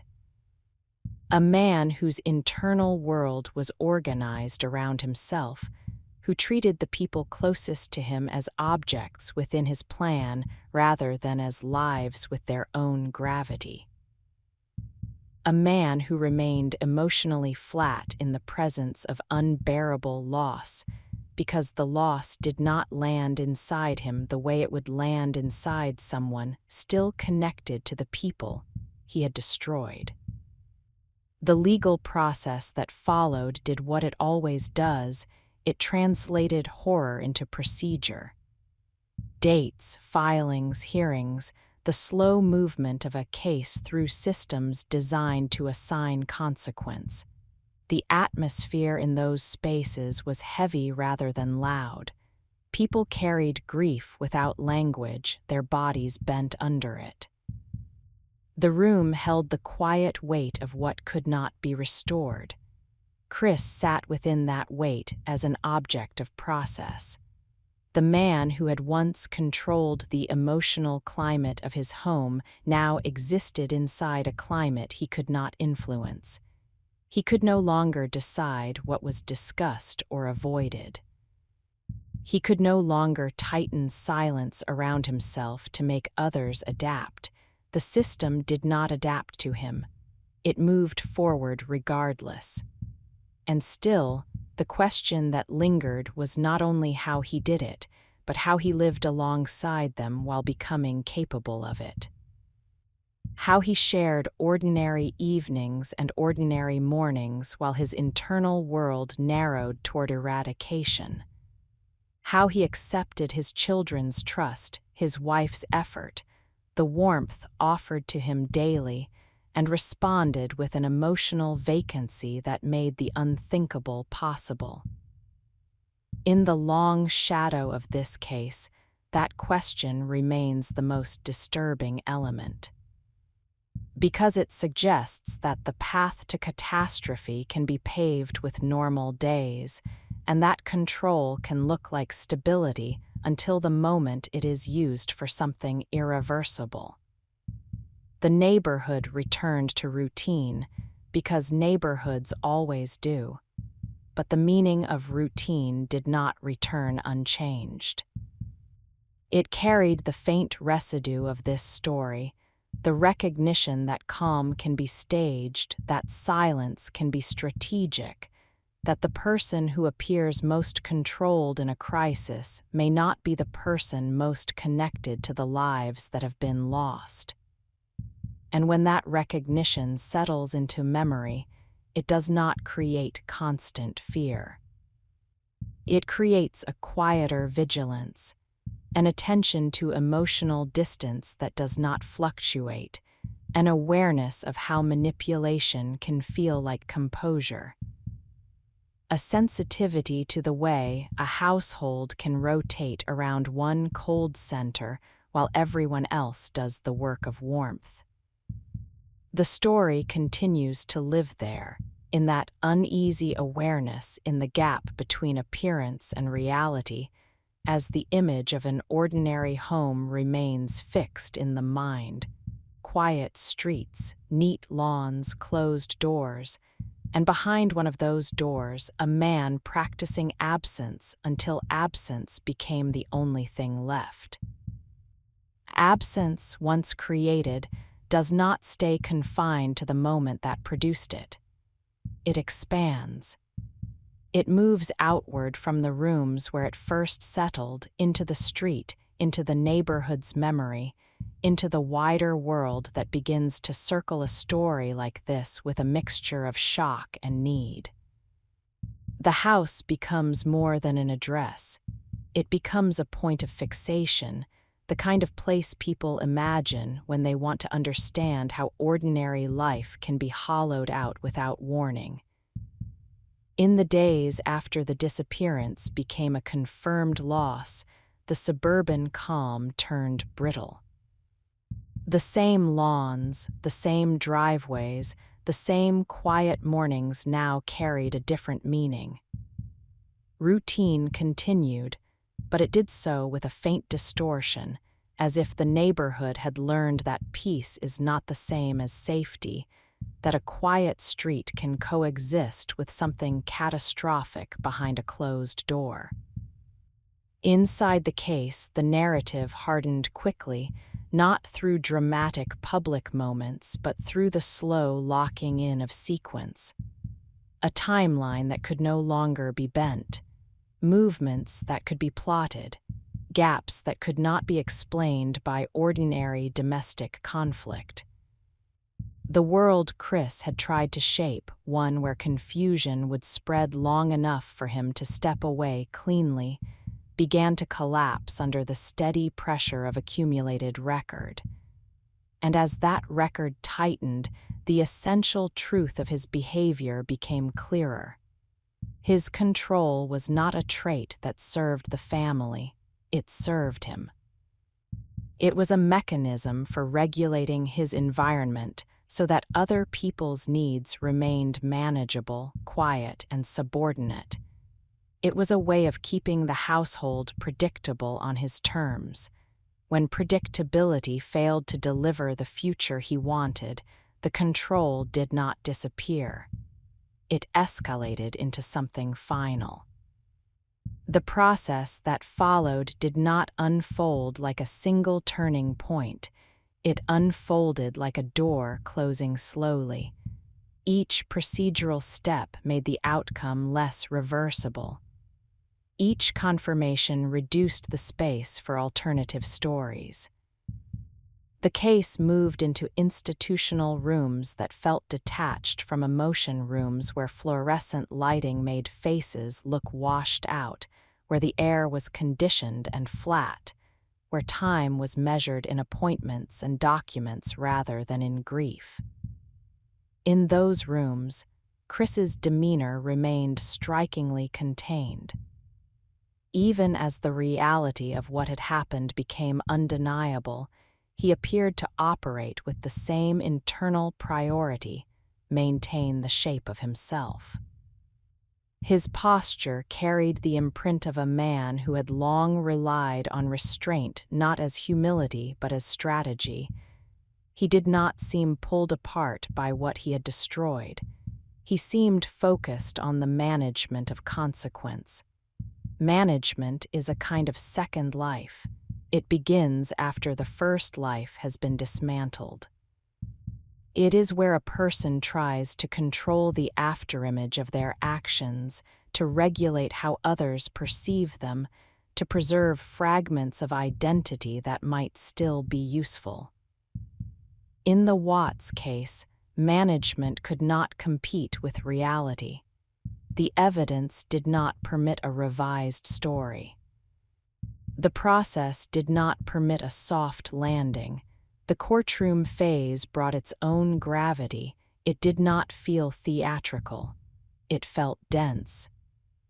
People sat within a space designed for formality, where emotion is allowed but contained by procedure.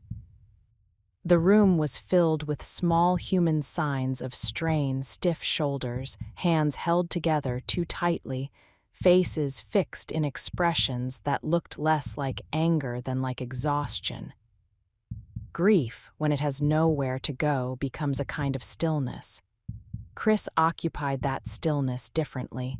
He did not carry visible collapse. He carried containment. The contrast between his controlled presentation and the palpable weight carried by others in the room made his emotional temperature feel colder, not because he declared anything, but because he did not seem to be moved by what would normally break a person open. His wife and children were present as absence, not through voices, not through testimony, but through the quiet brutality of what was missing. Through the knowledge of their ordinary lives, the routines they kept, the future implied by their existence, the way children inhabit the world with trust. Their humanity was felt not because it was argued, but because it had been erased. The legal system did what it is built to do. It formalized consequence. It translated private horror into public record. It reduced an intimate family tragedy into dates, charges, motions, and final decisions. That translation is necessary, but it is also painful. It forces those who loved the victims to watch the story become something bureaucratic, something measured in language that cannot carry the full weight of what is being described. When the formal outcome settled, it did not produce emotional closure. It produced a kind of grim stabilization. The world could stop asking what happened and start asking a different question: how? How could a man live beside people who were emotionally available, who were warm, responsive, openly attached, and remain so far away from them internally that he could treat them as removable? How could he accept the daily labor his wife invested in their life, accept the trust his children offered without question, and respond with a coldness that never softened into care? the public fascination with this case did not come from mystery alone. It came from familiarity. Many people recognized elements of the setting, suburban routine, marriage strain, the performance of normalcy. The danger lay in how recognizable the surface was. The story did not require a stranger's intrusion. It required only a man whose internal world had narrowed until the people closest to him no longer registered as fully human within it. This narrowing is rarely visible in one dramatic moment. It is built through patterns, through emotional withholding that becomes a norm, through control that becomes the organizing principle of a relationship, through a subtle insistence that the household orbit one person's comfort, one person's mood, one person's future. Over time, the household adapts. A spouse learns to anticipate and soften. Children learn the emotional weather of the home without being able to name it.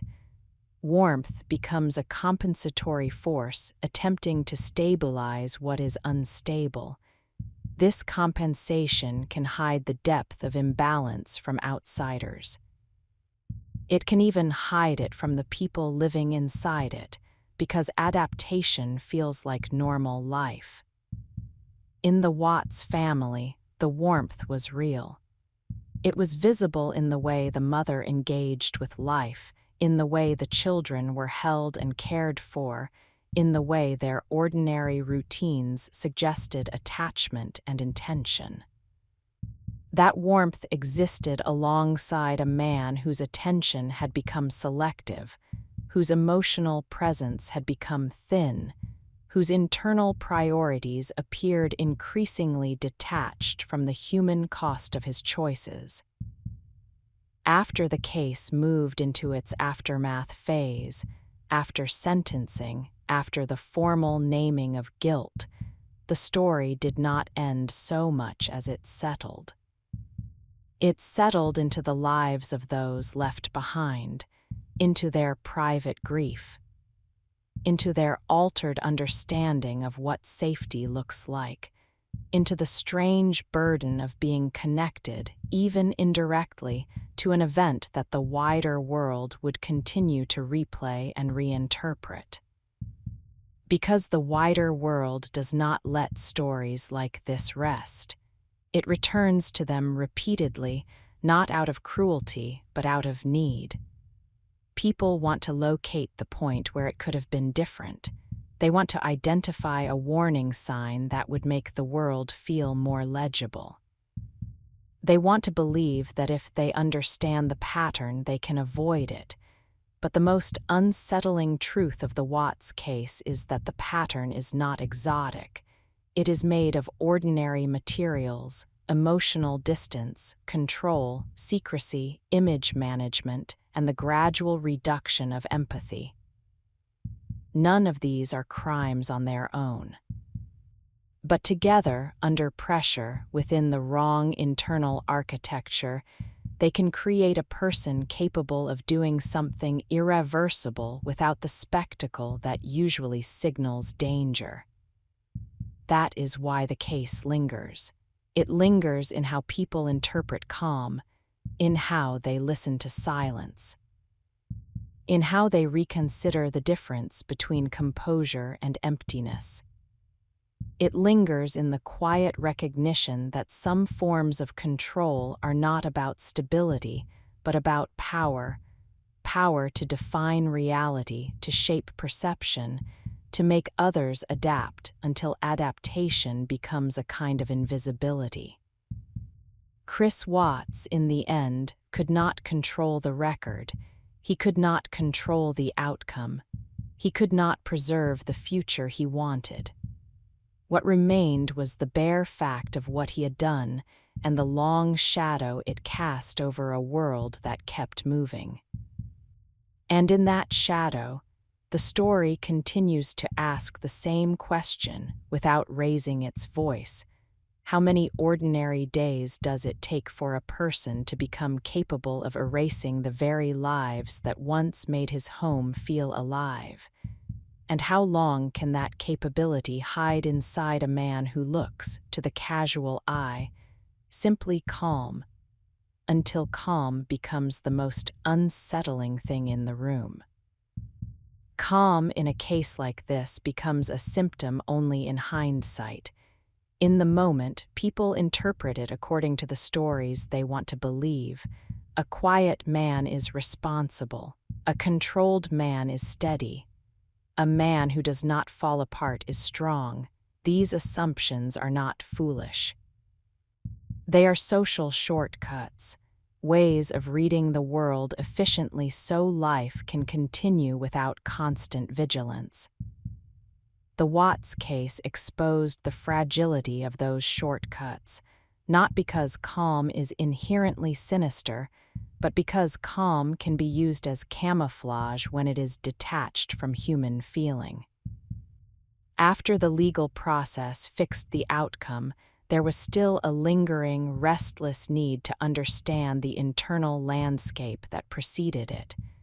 Not to excuse, not to moralize, to map, to trace the slow conversion of family into inconvenience, to find the points where warmth and vulnerability met a cold, controlling center and failed to soften it. The story did not demand sensational explanations.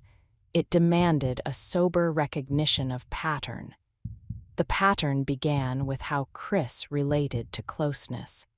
Closeness requires reciprocity. It requires tolerating another person's needs as real and inconvenient and sometimes disruptive. It requires empathy not as an emotion, but as a practice, the repeated act of letting someone else's reality matter. Chris's observed behavior suggested that reciprocity was not his default.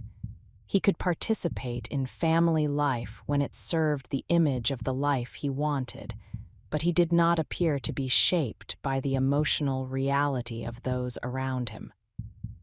His wife's reality was vivid.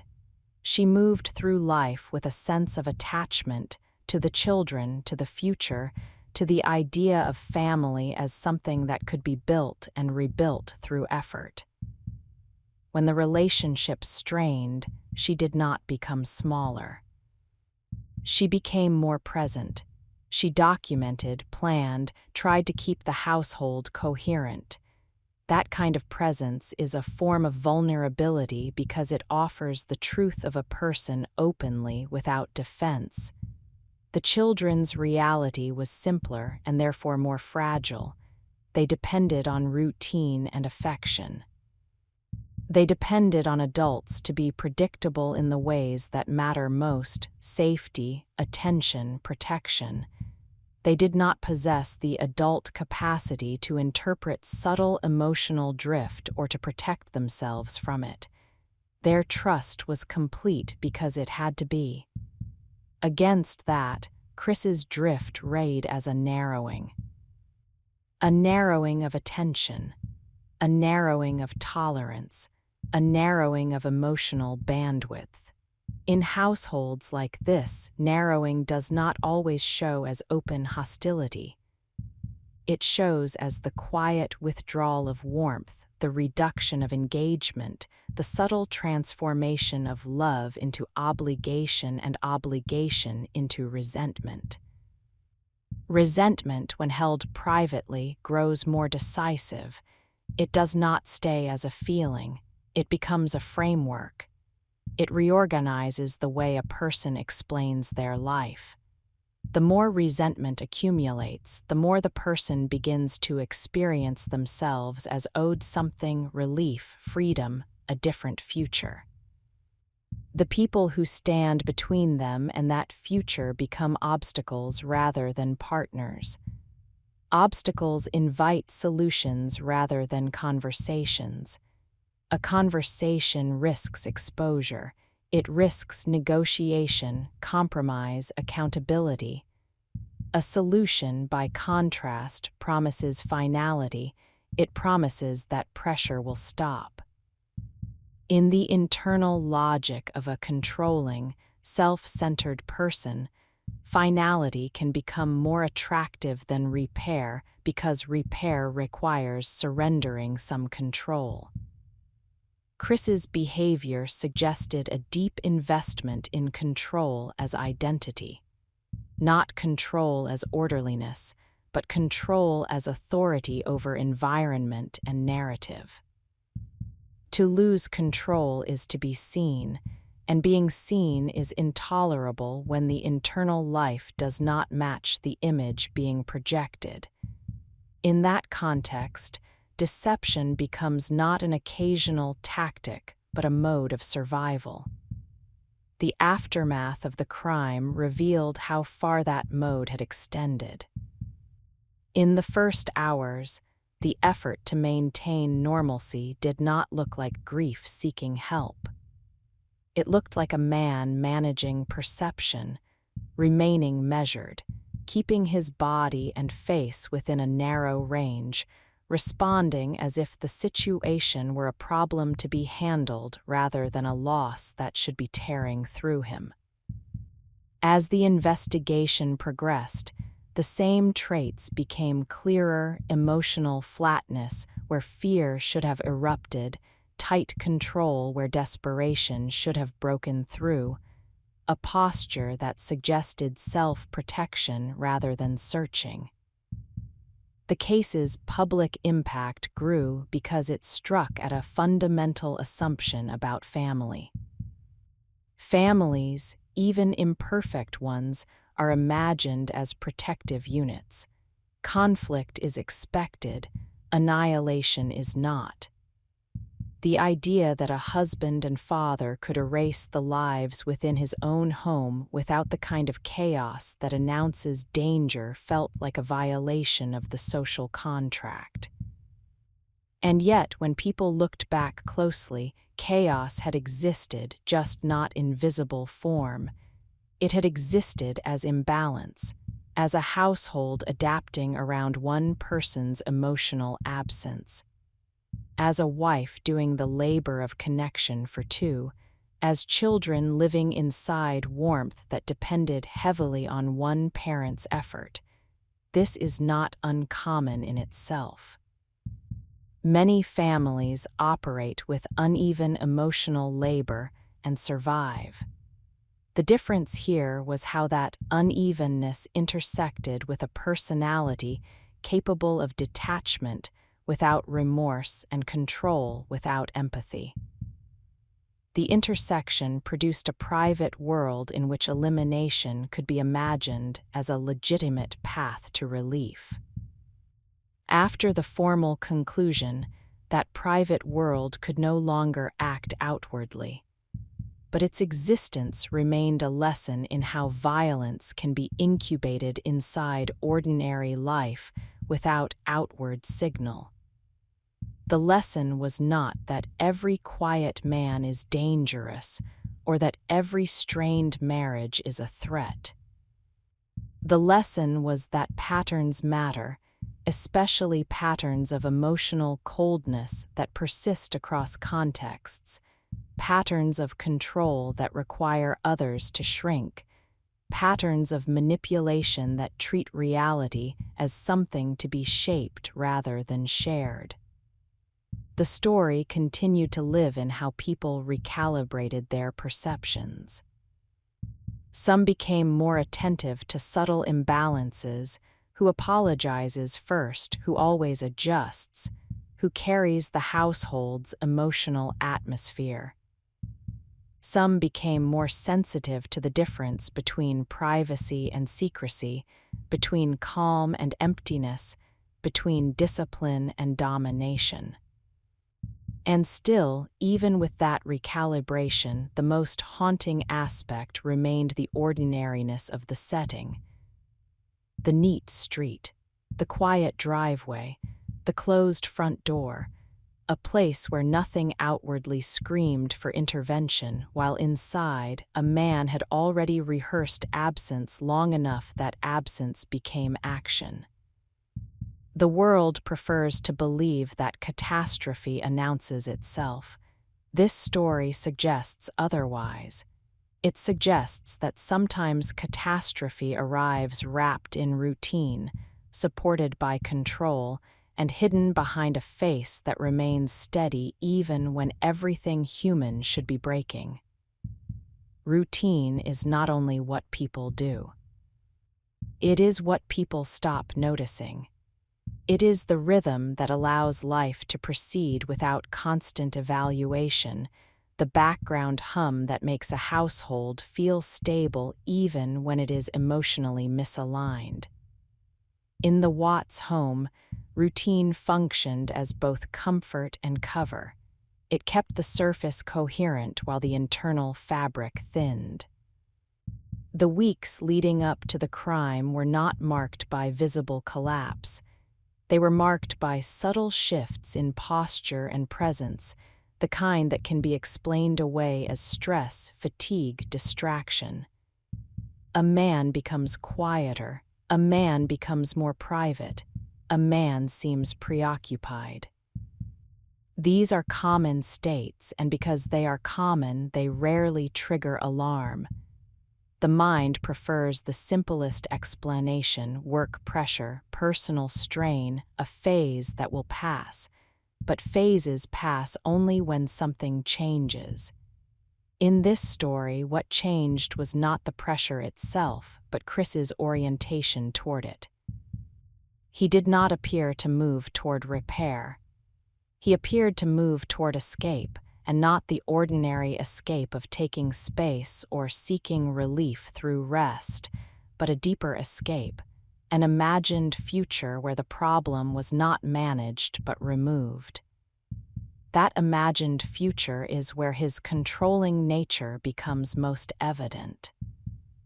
Control is not merely the preference for neatness or predictability. It is the insistence that reality conform to internal desire. It is the refusal to tolerate complexity when complexity demands compromise. It is the impulse to shape other people's lives as though they are extensions of one's own plan. Chris's behavior suggested a deep commitment to shaping. He shaped the emotional climate of the house through withholding. He shaped the balance of power by forcing others to do the work of connection.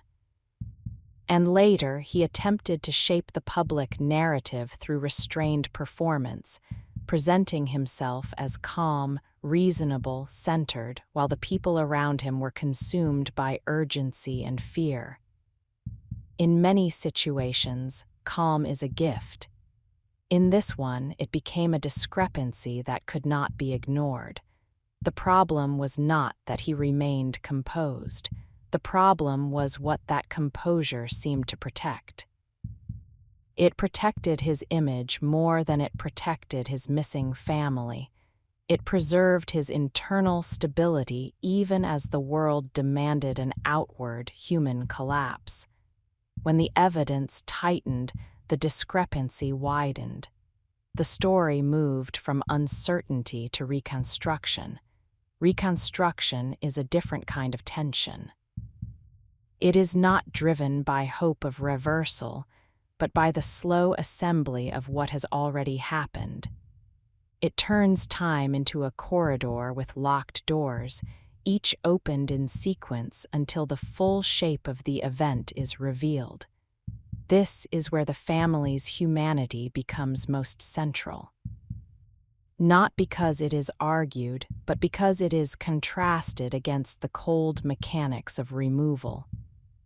A wife who lived with intention, who built her days around care, whose life was anchored in connection.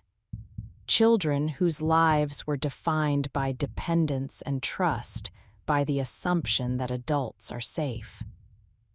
Their ordinariness makes their absence heavier.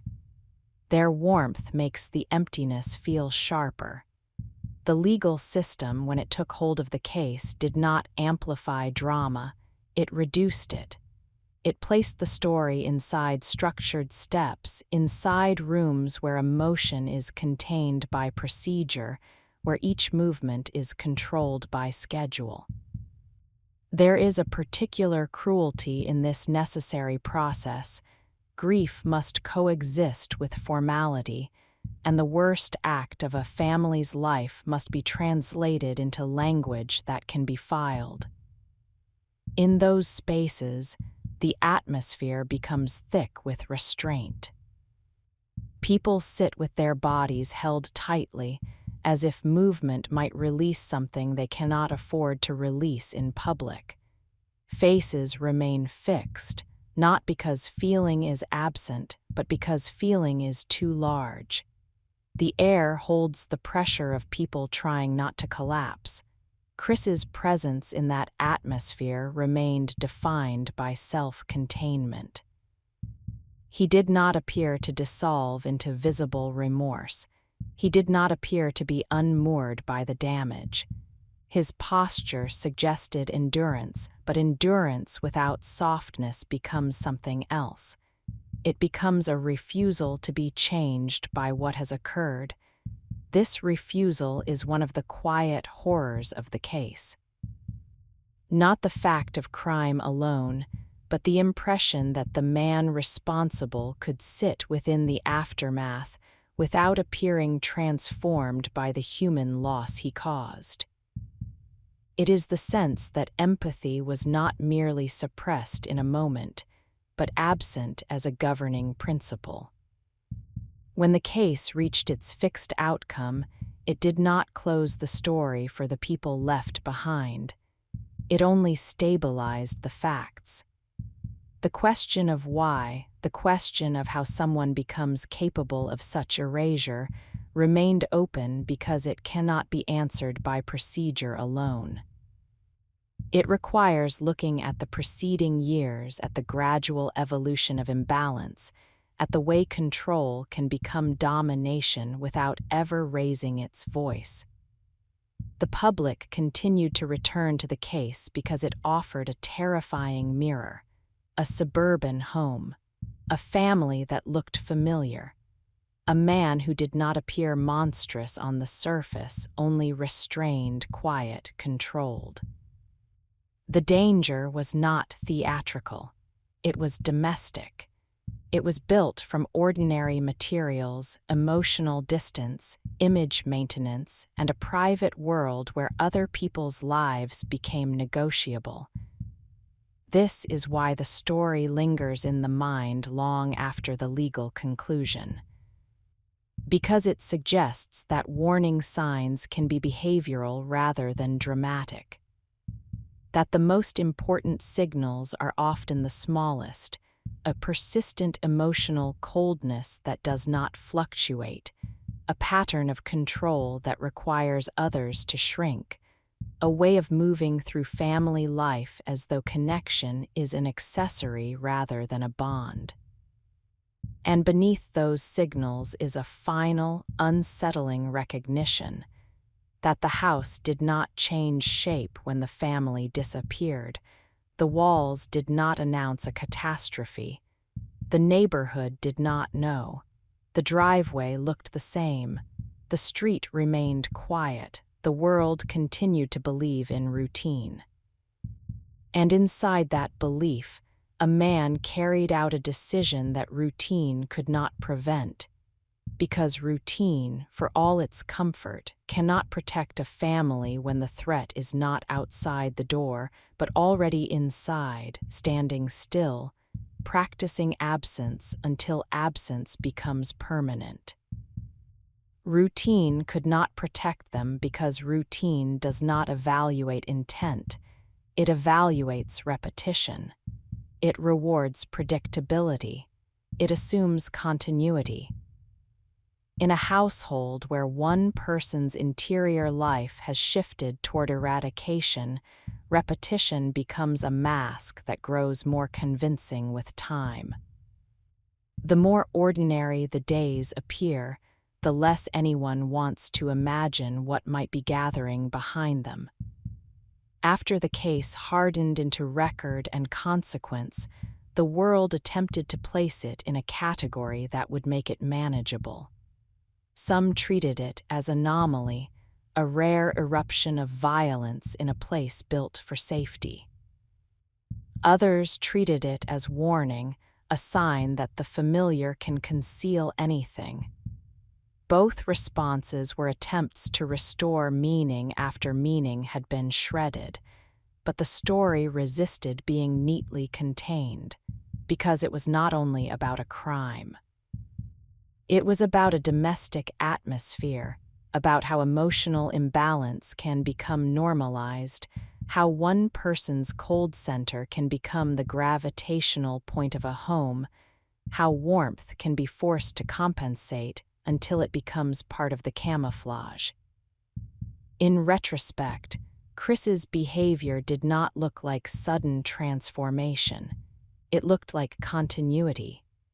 His emotional coldness had not begun the morning of the crime. It had been present as posture, as demeanor, as a way of moving through life without yielding to the emotional realities around him. He had learned how to stay measured, how to appear steady, how to maintain control when others would have softened. That steadiness served him well until it didn't. When he was free, it kept the household organized around his comfort. It reduced friction by teaching everyone else to manage themselves around his edges. When he became the focus of scrutiny, it became the very thing that made him difficult to believe. The steadiness did not raid as strength, it raid as absence. Absence has a particular clarity in public spaces. In a courtroom, in a formal setting, in any room filled with grief, the human instinct is to reach outward, to show rupture, to reveal the rawness of loss. When someone does not reach, when they remain contained as if loss is occurring in another universe, people feel it as wrongness. They may not know how to name it, but the body recognizes it as a mismatch. After consequence was assigned, Chris became what such systems create, a fixed subject of a fixed narrative. He no longer controlled the household. He no longer controlled the image. He existed inside a permanent record, and his daily life became defined by enclosure and repetition of a different kind. Days measured by institutional rhythm rather than family rhythm. Doors that open and close with procedural indifference. Time that stretches without milestones. Yet even then, the story did not feel finished. Because the victims remained unfinished in the minds of those who had loved them. A wife's life does not become complete because a legal outcome exists. Children's lives do not become understandable because a sentence has been imposed. The loss remains open, continuing in the lives that must carry it. Grief in cases like this carries a secondary burden, public exposure. The wider world looks at the family as a symbol rather than as individuals. It consumes fragments, images, timelines, surfaces, trying to derive meaning from what can be seen. But what can be seen was always the least complete part of their lives. The wife's warmth was real in ways photographs cannot hold. The children's vulnerability was real in ways record cannot translate. Their humanity existed in small daily interactions that were never meant to be archived, and yet the archive became all that remained. This is one of the cruelties of a case like this. The life that was lived becomes reduced to the life that was documented, and the life that was documented becomes replayed until it hardens into iconography. Smiles become symbols, holidays become evidence, ordinary scenes become artifacts of something that no longer exists. For Chris, that documentation became a kind of unintended barrier. It made it impossible to erase them completely. The future he had tried to create by removing them could not be fully inhabited because the world kept pulling their faces forward. The family became present everywhere he had wanted absence, present in memory, present in record, present in the enduring attention that does not dissipate simply because a case is closed. But attention is not healing. It is only attention. Healing, where it is possible at all, tends to occur privately, slowly, in spaces that cannot be filmed or archived. It occurs in the quiet moments when people stop trying to explain and start trying to survive. It occurs when days resume not because the loss has been integrated, but because life does not allow permanent suspension. In the neighborhood, the physical environment continued to insist on normalcy. Seasons changed, snow came and melted, lawns returned to green, cars parked in driveways, new families moved through the same streets. The world did what it always does. It repaired surface continuity because surface continuity is how communities survive. Yet there was a residue that could not be removed. Not visible, not constant, but present in the way people looked at houses where curtains stayed closed a little too long. Present in the way a quiet man's calm no longer automatically read as reliability. Present in the way normal became a word that required caution. Caution is not paranoia. It is the recognition that stability can be performed. Chris Watts performed stability until the moment he replaced it with absence. His manipulation was not only in what he attempted to claim afterward. It was embedded in the life that preceded the crime, in the gradual shaping of a household around his emotional limitations, in the quiet insistence that others carry more warmth so he could carry less. The wife carried that warmth as a matter of love and responsibility. The children received it as the foundation of their world, and Chris increasingly treated it as background noise, something to tolerate, to manage, to silence when it interfered with what he wanted. When a case like this settles into its long aftermath, it leaves behind questions that are less about the criminal act and more about the preceding years. How many small withdrawals does it take for a person to become capable of total erasure? How many moments of emotional coldness are excused as temperament? How many times can control be mistaken for strength? These questions do not have definitive answers, but they have utility. They shift perception. They make people pay closer attention to the emotional architecture of a home, to who is allowed to be fully human and who is required to shrink. Because the most unsettling thing in this story is not that a tragedy occurred in a quiet suburb. It is that the quietness itself, the ordinary shape of the setting, made it easy to believe that nothing could be wrong until wrong became permanent. And once permanence arrives, the world is forced to look back at the ordinary days and see them differently, noticing how a man can practice absence for a long time, through restraint, through emotional distance, through quiet control, until one morning before dawn, the practiced absence becomes the only reality left behind. In the months that followed, dawn returned again and again, indifferent to what it now carried. Morning light continued to enter the same kind of bedrooms, the same kind of kitchens, the same kind of suburban streets where people made coffee and checked their phones and stepped into routine. The world did not stop producing ordinary mornings simply because one ordinary morning had been used as an instrument of erasure. But the Watts case made ordinary mornings feel less innocent. It made people imagine what can occur in the thin interval between night and day, when a household is at its most vulnerable, when children are asleep, when the outside world is quiet, when a person can move through rooms without interruption.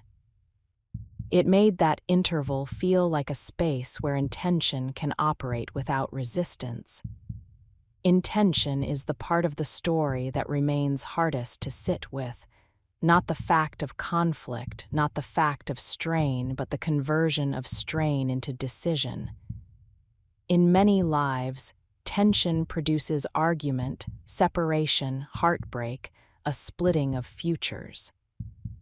Here, tension was redirected into something final, and that redirection required an interior landscape in which other human beings could be treated as removable. That landscape did not need constant anger to exist. It could exist alongside a steady face and a calm voice.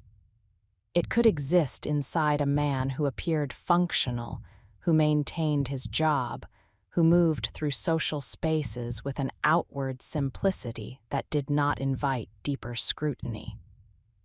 The domestic world is full of people who appear controlled. Most of them are simply private. In this story, privacy became cover.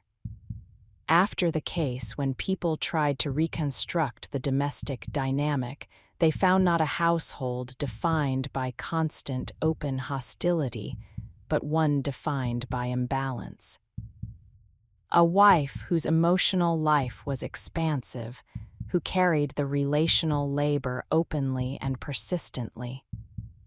Children who lived in the warmth of that labor, tethered to it. And a husband who seemed to exist slightly apart, whose engagement could look present in images but whose emotional presence, when observed closely, appeared conditional. Conditional presence shapes a home quietly. It teaches everyone else to modulate. It encourages accommodation.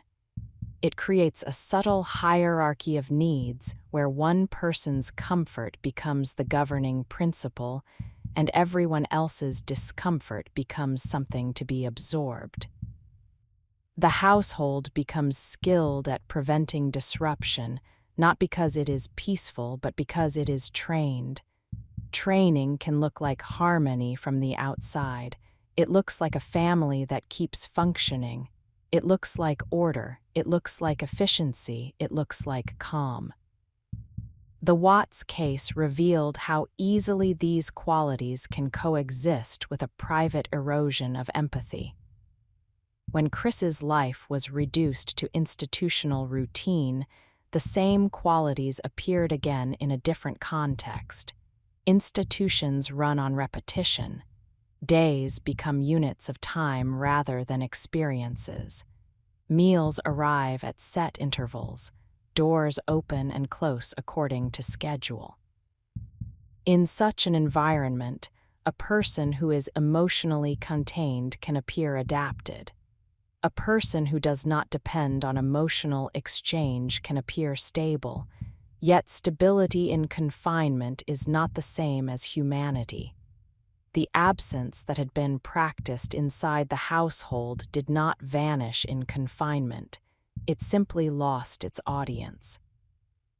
In the outside world, his control had been functional because it shaped other people around him. In confinement, it became inward-facing, a private architecture maintained because it was the only architecture he had. The wider world, meanwhile, continued to pull the case back into view, not as a continuous storm, but as a recurring pressure. The story was replayed through documents, images, timelines, fragments arranged to create coherence. People return to the early days, to the small behavioral discrepancies, to the calmness that had seemed wrong. They return to the idea that the violence had not announced itself, that it had been carried out within normalcy, and that normalcy had been used as camouflage. The case became a kind of cultural fixation because it presented betrayal in its most domestic form.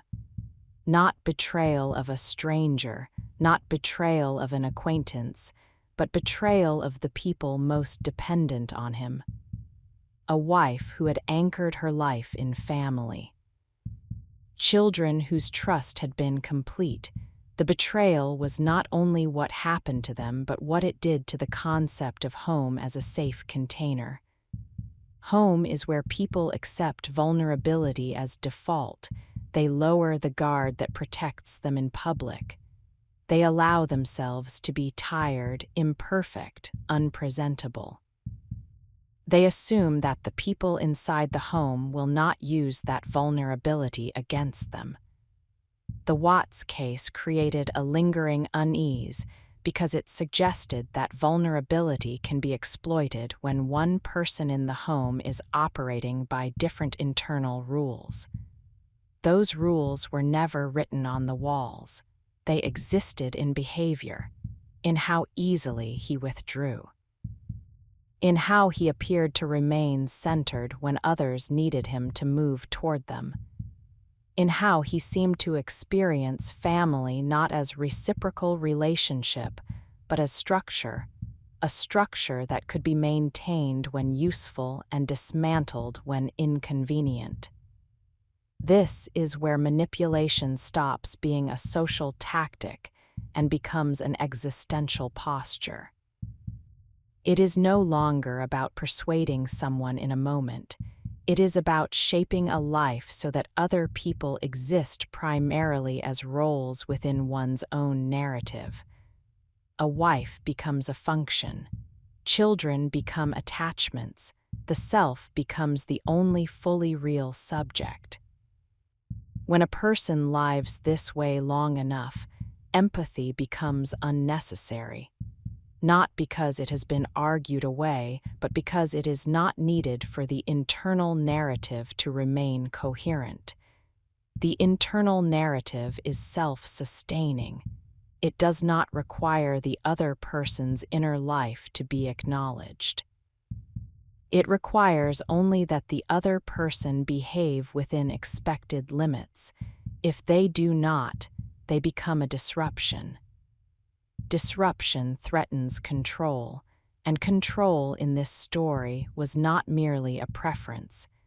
It was a method of survival for a man unwilling to tolerate the uncertainty and accountability of a shared life.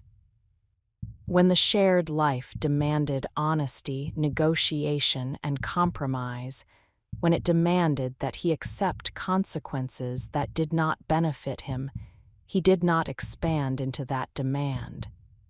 He narrowed against it. That narrowing is what makes the story feel both specific and familiar.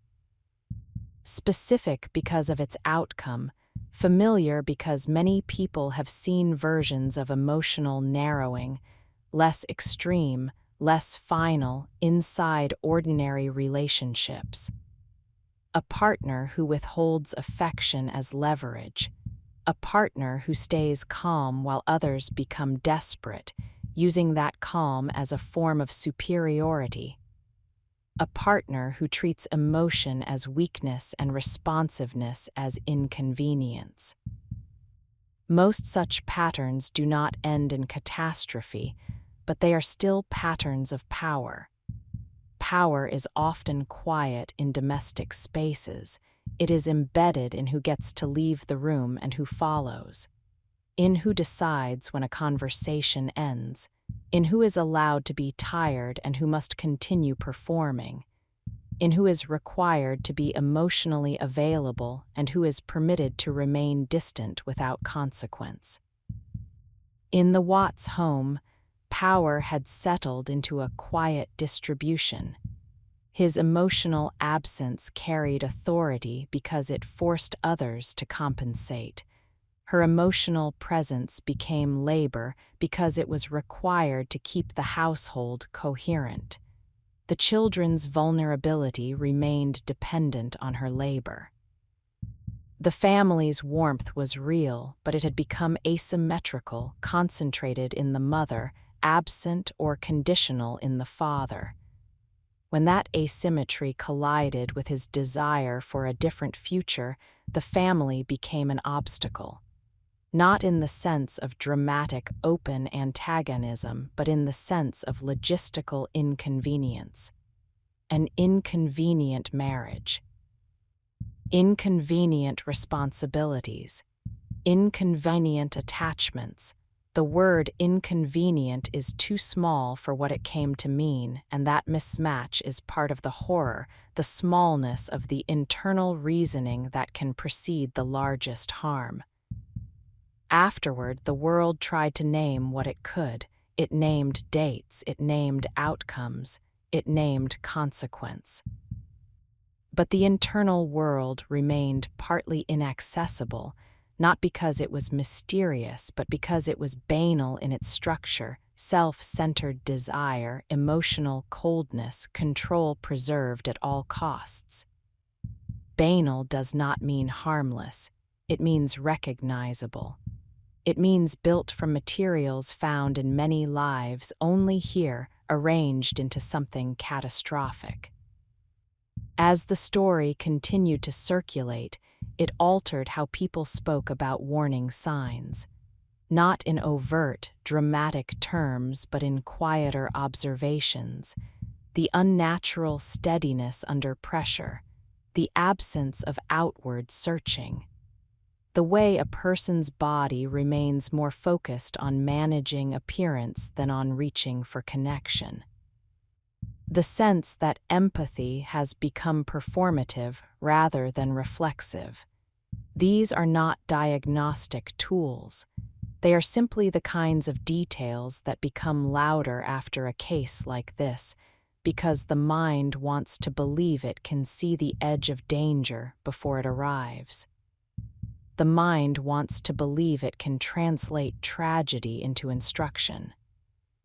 But the Watts case does not offer clean instruction. It offers only a heavy awareness that some forms of control are not stabilizing, they are isolating, that some calm is not peace, it is emptiness. That some relationships are maintained not through mutuality, but through one person's continuous adaptation to another person's emotional limits. And as this awareness settles, it does not create a conclusion. It creates a pause in the way people interpret the quiet man who never seems moved, a pause in the way they admire restraint without asking what it conceals, a pause in the way they assume that a neat house and an intact routine reflect an intact internal life. Because this story insists, quietly and relentlessly, that the most dangerous shifts can occur without changing the surface at all. That a family can keep smiling in photographs while the internal world of one person is already moving toward separation. That a man can practice absence for months, for years, through emotional withdrawal, through control, through the steady reduction of others to roles, until the day he chooses to make absence permanent. And even after consequence is assigned, even after the record is fixed, the story continues to live in that pause, lingering there, unfinished, waiting in the space where routine and intention intersect, where ordinary days are still being assembled into futures no one can fully see yet. In that pause, the mind begins to replay what it previously skipped, not the sensational pieces, the quiet pieces. The mundane exchanges of domestic life where power is expressed without shouting, where control is exercised without visible force, where emotional absence becomes a climate everyone else must breathe. It returns to the difference between being present and appearing present.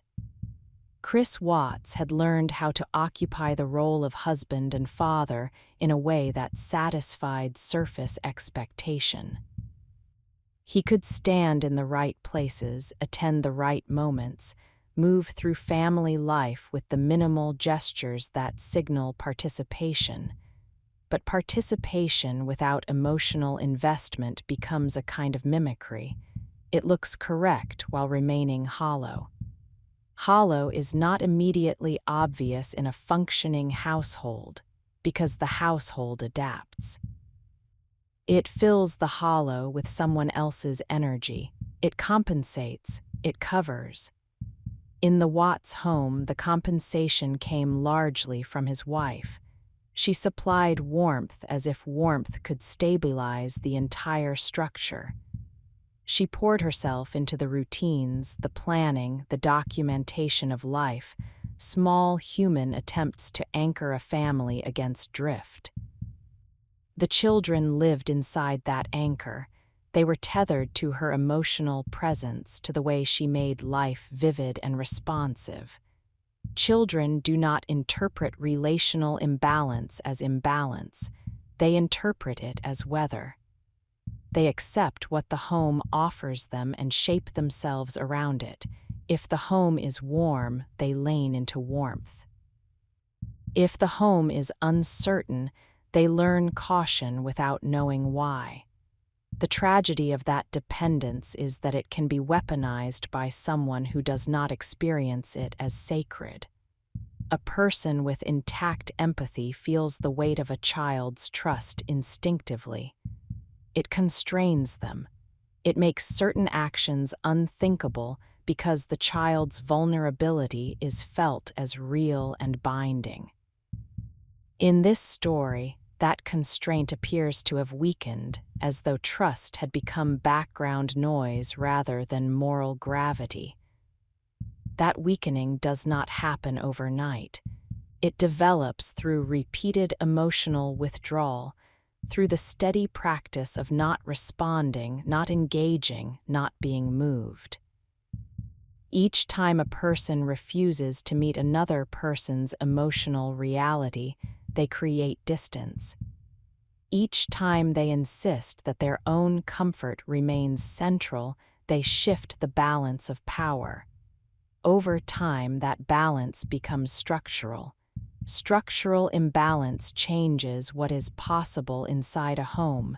It reduces the range of acceptable truth. It teaches others to approach carefully, to phrase needs in safer ways, to avoid triggering withdrawal or coldness. It conditions people to preserve calm, even if calm is purchased by shrinking themselves. From the outside, it can look like maturity. From the inside, it often feels like walking around something sharp in the dark. In the public aftermath, the world kept returning to how ordinary the setting was, as though ordinariness itself were the mystery. But the deeper discomfort lay elsewhere, in how easily a controlling temperament can hide in plain sight because it is not always dramatic. It can appear as preference, as quietness, as the absence of overt conflict. It can be mistaken for stability precisely because it avoids visible rupture. Yet stability requires more than a quiet surface. It requires mutuality. It requires that both people inside the relationship are allowed to exist fully as human beings, not as roles assigned and managed. When one person treats the other as a role, wife, mother, problem, obstacle, the relationship becomes a structure of dominance rather than connection. Dominance does not always come with threats. It can come with the power to end conversations by withdrawing. with the power to make another person feel excessive for having needs, with the power to remain emotionally untouched, forcing the other person to carry the emotional weight alone. Chris's detachment functioned like that. It made him difficult to reach. It made him difficult to argue with, not because he was reasonable, but because he could stay cold. Coldness wins many domestic conflicts simply by refusing to engage. The warmer person tires first. The warmer person keeps trying. The colder person waits, withholding, knowing that eventually the other will come back to restore peace. When that pattern repeats, it becomes coercive without ever naming itself as coercion. It trains the household to revolve. And when a person has trained a household to revolve around him, the loss of that rotation can feel like a threat to identity. If the wife begins to resist, if the family's needs begin to demand accountability, the controlling person experiences it not as a negotiation but as an intolerable disruption. Disruption threatens the narrative of being good, steady, respectable. The narrative of being the stable center. The narrative of not being at fault. When the internal life begins to diverge from that narrative, when desire and resentment and private plans contradict the public image, manipulation becomes necessary to keep the two from colliding. In the Watts case, manipulation did not only appear after the crime. It was embedded in the months before it, in the management of perception and the containment of conflict. It was in the maintenance of a surface that could be presented to others even while the internal reality moved towards severance. And severance is where the story becomes most chilling. Because in many marriages, severance is achieved through separation, through ending a relationship, leaving a home, accepting the pain of rupture as the price of honesty. That path requires tolerating consequences, social judgment, financial strain, public exposure of private failure. For a person deeply invested in control and image, consequences can feel like annihilation. If consequences feel intolerable, the mind searches for alternatives, not ethical alternatives, effective alternatives, alternatives that preserve the self at the cost of others. This is where the coldness becomes lethal, not as anger but as willingness to treat other lives as negotiable, willingness to reduce a spouse to an obstacle, willingness to see children not as human beings with futures, but as attachments that bind him to a life he no longer wants. That willingness is not loud. It does not need theatrical rage. It needs only a narrowed empathy and a hardened self-interest, combined with the belief that control can still be maintained after the act. The early hours of the case showed that belief in motion, the attempt to keep the story manageable, the measured demeanor, the insistence through posture, through steadiness, that he remained the rational center while the family's absence was framed as confusion. He did not appear to collapse under worry. He appeared to wait for the world to accept his calm as evidence of innocence. But calm is not evidence, it is merely a style of being. When evidence arrived, calm could not stand against it. The world's attention shifted from what he seemed to what he had done. Once that shift occurred, his self-contained demeanor became less useful. It no longer shaped perception. It only revealed distance. Distance, by then, was the defining feature. Distance between his inner life and everyone else's. distance between his own future and the lives he had erased to reach it, distance between the warm human presence that had filled that home and the cold administrative record that replaced it. In the long aftermath, the case became a study not only in violence but in emotional architecture. In what happens when empathy is not practiced, when control is rewarded, when silence is treated as strength, when one person's inner world becomes the only world that matters. It became a story about how family can be dismantled not through constant visible conflict, but through quiet detachment that accumulates power over time. And the lingering discomfort remains because the architecture is recognizable, not the outcome, the architecture. Many people have seen in smaller forms the dynamics of one person shrinking while another remains centered. Many have seen affection become conditional, warmth become labor, silence become leverage.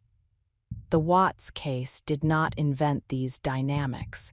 It revealed their darkest possible endpoint when they intersect with a personality capable of erasure. The story stays alive in that revelation. In the understanding that the most important warning signs are often not dramatic acts, but persistent patterns.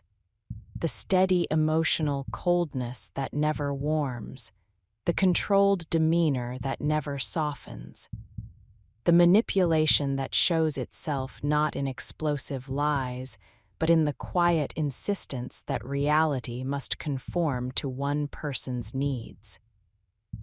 And somewhere beneath all of it, the unresolved question continues to move like a low current through the mind. How a man could live inside a home filled with warmth and vulnerability and treat it, silently and steadily, as something he could remove without feeling the weight of what he was removing, as if the lives around him were not lives at all, but obstacles arranged inside rooms he no longer wanted to inhabit. In the days after that question takes root, it does not stay contained within the details of one case. It spreads into the wider understanding of how people live with one another. It turns attention toward the invisible agreements that make family life possible, the shared assumption that conflict will remain bounded, that frustration will not become annihilation, that a home's private tensions will never cross the line into irreversible harm. Those agreements are rarely spoken aloud because most people never need to speak them. They are held implicitly, protected by empathy and ordinary restraint. When empathy fails, the agreements are still there, but they become one-sided. One person continues to live as though the rules apply. The other begins to live as though the rules are optional. That asymmetry is the quiet engine of betrayal because it allows danger to develop without triggering the alarm systems most people rely on. In the Watts case, the most devastating element of betrayal was not only that it occurred, but that it occurred within a relationship where warmth and vulnerability were still present on one side. His wife's presence was not theoretical. It was active and daily. She moved through her life in a way that signaled attachment to family and future. She was the kind of person whose emotional life left traces everywhere, not because she was performing happiness, but because she was engaged in living. The children's lives were similarly traceable in the ordinary ways children fill a home, routines, small habits, the soft disorder of dependence. Against that, Chris's inner world appears to have operated with a different center of gravity. The future he wanted did not seem to include the full weight of the family he already had. The obligations of marriage and fatherhood did not appear to function for him as moral anchors. Instead, they seemed to have become constraints, structures he could not bend to his preferred shape. When a controlling person faces a structure they cannot bend, they often escalate. Escalation does not have to be loud. It can be internal. It can be the decision to stop negotiating, to stop attempting repair, to stop tolerating the friction of another person's needs. The controlling person shifts from the language of relationship to the language of removal. Removal is the point where empathy becomes most essential and most absent. Empathy is what makes the cost of removal unbearable. It is what forces a person to accept painful but survivable alternatives: separation, shame, financial loss, social judgment, rather than choosing irreversible harm. When empathy is reduced, the alternatives feel less compelling than the fantasy of a clean exit. A clean exit was what his behavior suggested he was chasing. Not a complex, messy disentanglement that would expose him and demand accountability, but a disappearance of obligations so complete it would leave him unburdened. The tragedy is that this fantasy required the erasure of people who were not abstractions, but living beings who trusted him. Trust is the quietest form of vulnerability. It does not announce itself. It is present in how a spouse falls asleep in the same bed, in how children accept a parent's presence without question, in how a home becomes a place where people stop performing and simply exist.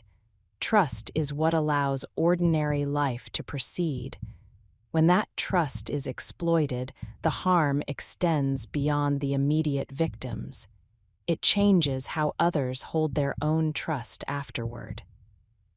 It makes people examine their own assumptions. It makes them reconsider what calm might mean, what silence might conceal, what control might cost. The public attention that followed the Watts case reflected this broader disturbance.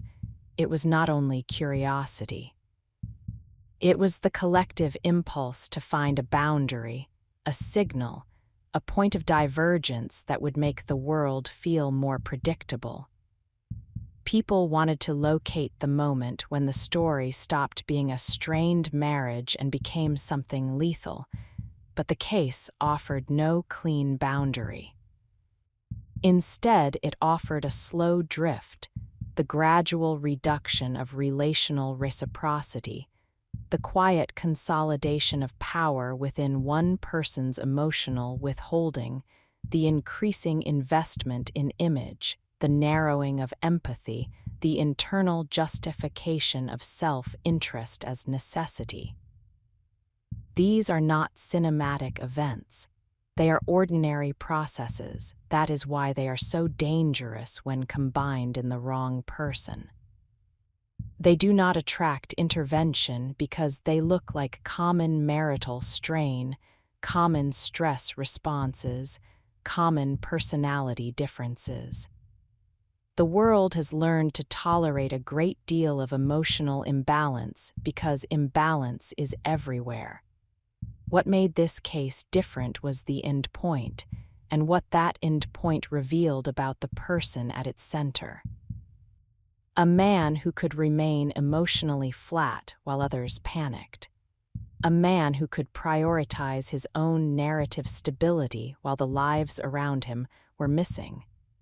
A man whose control did not crumble into grief in the way most people expect grief to appear. A man who seemed to manage the situation as though it were a problem to be solved rather than a family to be saved. This is the point where the story begins to feel less like a mystery and more like a study in emotional emptiness. Not emptiness as sadness, but emptiness as absence of relational gravity. The lack of visible grief was not proof of guilt on its own, but it was part of a pattern, a consistent inability or refusal to be moved by the emotional reality of others. The legal system formalized the outcome, but it could not formalize meaning. Meaning remained scattered across photographs and routines and remembered moments. Those who loved the victims were left with an altered landscape, one where the familiar had been contaminated by what it revealed. They had to live with the knowledge that the person closest to the victims had been the source of their greatest harm. That knowledge is not something the mind integrates quickly. It returns in waves. It appears in ordinary moments when the brain expects the missing person to be present. It appears in the sudden realization that a routine no longer. The end of a case is rarely the end of its wait. There is a point when the official record stops expanding, when dates and filings settle into permanence, when the machinery that moves truth through procedure reaches its final position and holds. The doors close. The lights dim. The room empties. The story is no longer actively unfolding in public, no longer changing shape. But in a case like this, stillness does not mean peace. It means the world has placed the tragedy where it can be filed, where it can be named, where it can be pointed to as finished. And then the world, as it always does, continues. Streets refill with traffic, calendars turn over, grocery lists get written, children in other houses wake up and ask for breakfast. Ordinary life resumes not because it has been repaired, but because it is relentless. What remains behind is absence that does not fade. Not the abstract idea of absence, but the specific, intimate absence of a woman who lived in visible connection and two children whose lives were built on trust. Their disappearance from the world is not an event that closes cleanly. It is a subtraction that leaves a permanent shape in everything that follows. It is the kind of subtraction the mind returns to involuntarily, because it cannot reconcile the size of what was removed with the ordinariness of the setting where it happened. The house does not hold memory the way people do, but people return to it as if it might. They imagine the rooms at different times of day. They imagine the quiet in the early morning, the hum of appliances, the soft, ordinary movements that once made the space feel alive. They imagine the routine that used to move through those walls, small feet on floors, a mother's attention, a domestic order maintained through care. They imagine the moments that would have occurred if life had continued, school mornings, small arguments, small joys, tired evenings. The mind does this because it is trying to restore continuity. It is trying to lay an alternate timeline beside the real one, to feel the weight of what was stolen not only in death, but in all the living that would have followed. It is an attempt to reach toward a future that can never arrive, to stand at the edge of what was erased and understand it by measuring what it would have become. The legal system can assign a consequence, but it cannot restore continuity. It can name what happened. It can hold the person responsible in a place where he can no longer shape the lives around him. It can prevent repetition of the same act by the same hands, but it cannot return warmth to the rooms where warmth has been removed. It cannot reintroduce a mother into the ordinary daily moments that defined her life. It cannot return children to the phase of existence where everything is still beginning. That is why the end feels incomplete even when the record is complete, because the most important part of a family is not its official shape. It is its daily reality, the living exchange of attention, the small gestures of care, the way a home becomes safe through repetition of empathy. When those things are removed by the person who was meant to protect them, the wound extends beyond the victims themselves. It enters the idea of home and it stays there. Chris Watts remains in the final accounting, a figure defined by an absence of emotional gravity. Not an absence declared in words, but an absence revealed through pattern, a controlling restraint that seemed to serve image more than connection, a cold detachment that did not soften under pressure, a self-centering that narrowed his internal world until the people closest to him could be treated as obstacles rather than as lives. None of that needed to be announced to be real. It emerged through behavior, through posture, through the way he held himself as events tightened, through the way the household had appeared to adapt around his emotional limits, through the way calm and control functioned less like stability and more like containment. The imbalance was not theatrical. It was domestic. It was subtle enough to be lived with until it became fatal. In the final phase, there is no satisfying transformation. There is no moment when the damage becomes comprehensible in a way that brings relief. There is only the hardening of reality into permanence and the quiet dispersal of grief into private lives. Those who must live after the case carry it differently than those who only witness it from a distance.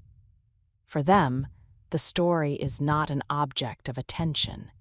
It is a disruption of the future they had been building. It is the forced recalibration of everything they expected life to be. The wider world, too, carries a residue. It shows up in a small hesitation when people interpret calm, in a slight unease when a domestic story feels too polished, too controlled, too perfectly maintained, in the quiet recognition that a neat surface cannot guarantee a safe interior, in the understanding that some forms of restraint are not maturity but emptiness, not peace but distance. Yet even that recognition has limits. Time moves on. People cannot live permanently inside vigilance. They return to their own routines, their own houses, their own imperfect relationships. They continue trusting because life requires trust. But trust in the shadow of this story becomes more complicated. It carries an added awareness that the most severe threat is sometimes not an intruder, not an obvious danger, but a slow internal shift in someone already inside the home. The case ends the way many such cases end, quietly, procedurally, with a finality that does not feel like closure. A person remains confined, the record remains fixed, the public moves on to newer stories. But the house, the street, the ordinary morning light remain in memory, and the mind keeps returning to the same disturbing contradiction, that something so devastating could occur inside such familiar normalcy. In the end, the story does not leave behind a single lesson. It leaves behind questions. Questions about how emotional coldness becomes normalized in a family, about how control can be misread as stability, about how a household can rotate around one person's emotional absence while others do the work of warmth, about how a spouse can continue reaching for connection while the other person has already stepped away internally, practicing distance, until distance becomes destiny. And beneath all of those questions is the one that never fully resolves, no matter how complete the record is. How a man can live among warmth and vulnerability, among the ordinary trust of children and the open presence of a partner, and still carry within himself a willingness to erase that life, quietly, deliberately, without the human rupture that should make such an act impossible. The official story ends, but the echo does not.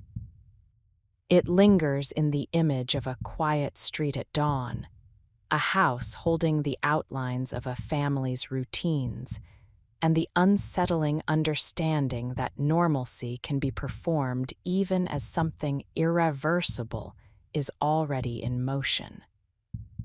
It lingers in the fact that absence, once made permanent, does not simply remove people from a home. It alters the meaning of what a home is meant to be, and that alteration remains silent, heavy, enduring, long after the lights in the courtroom have gone out and the world outside has returned to mourning.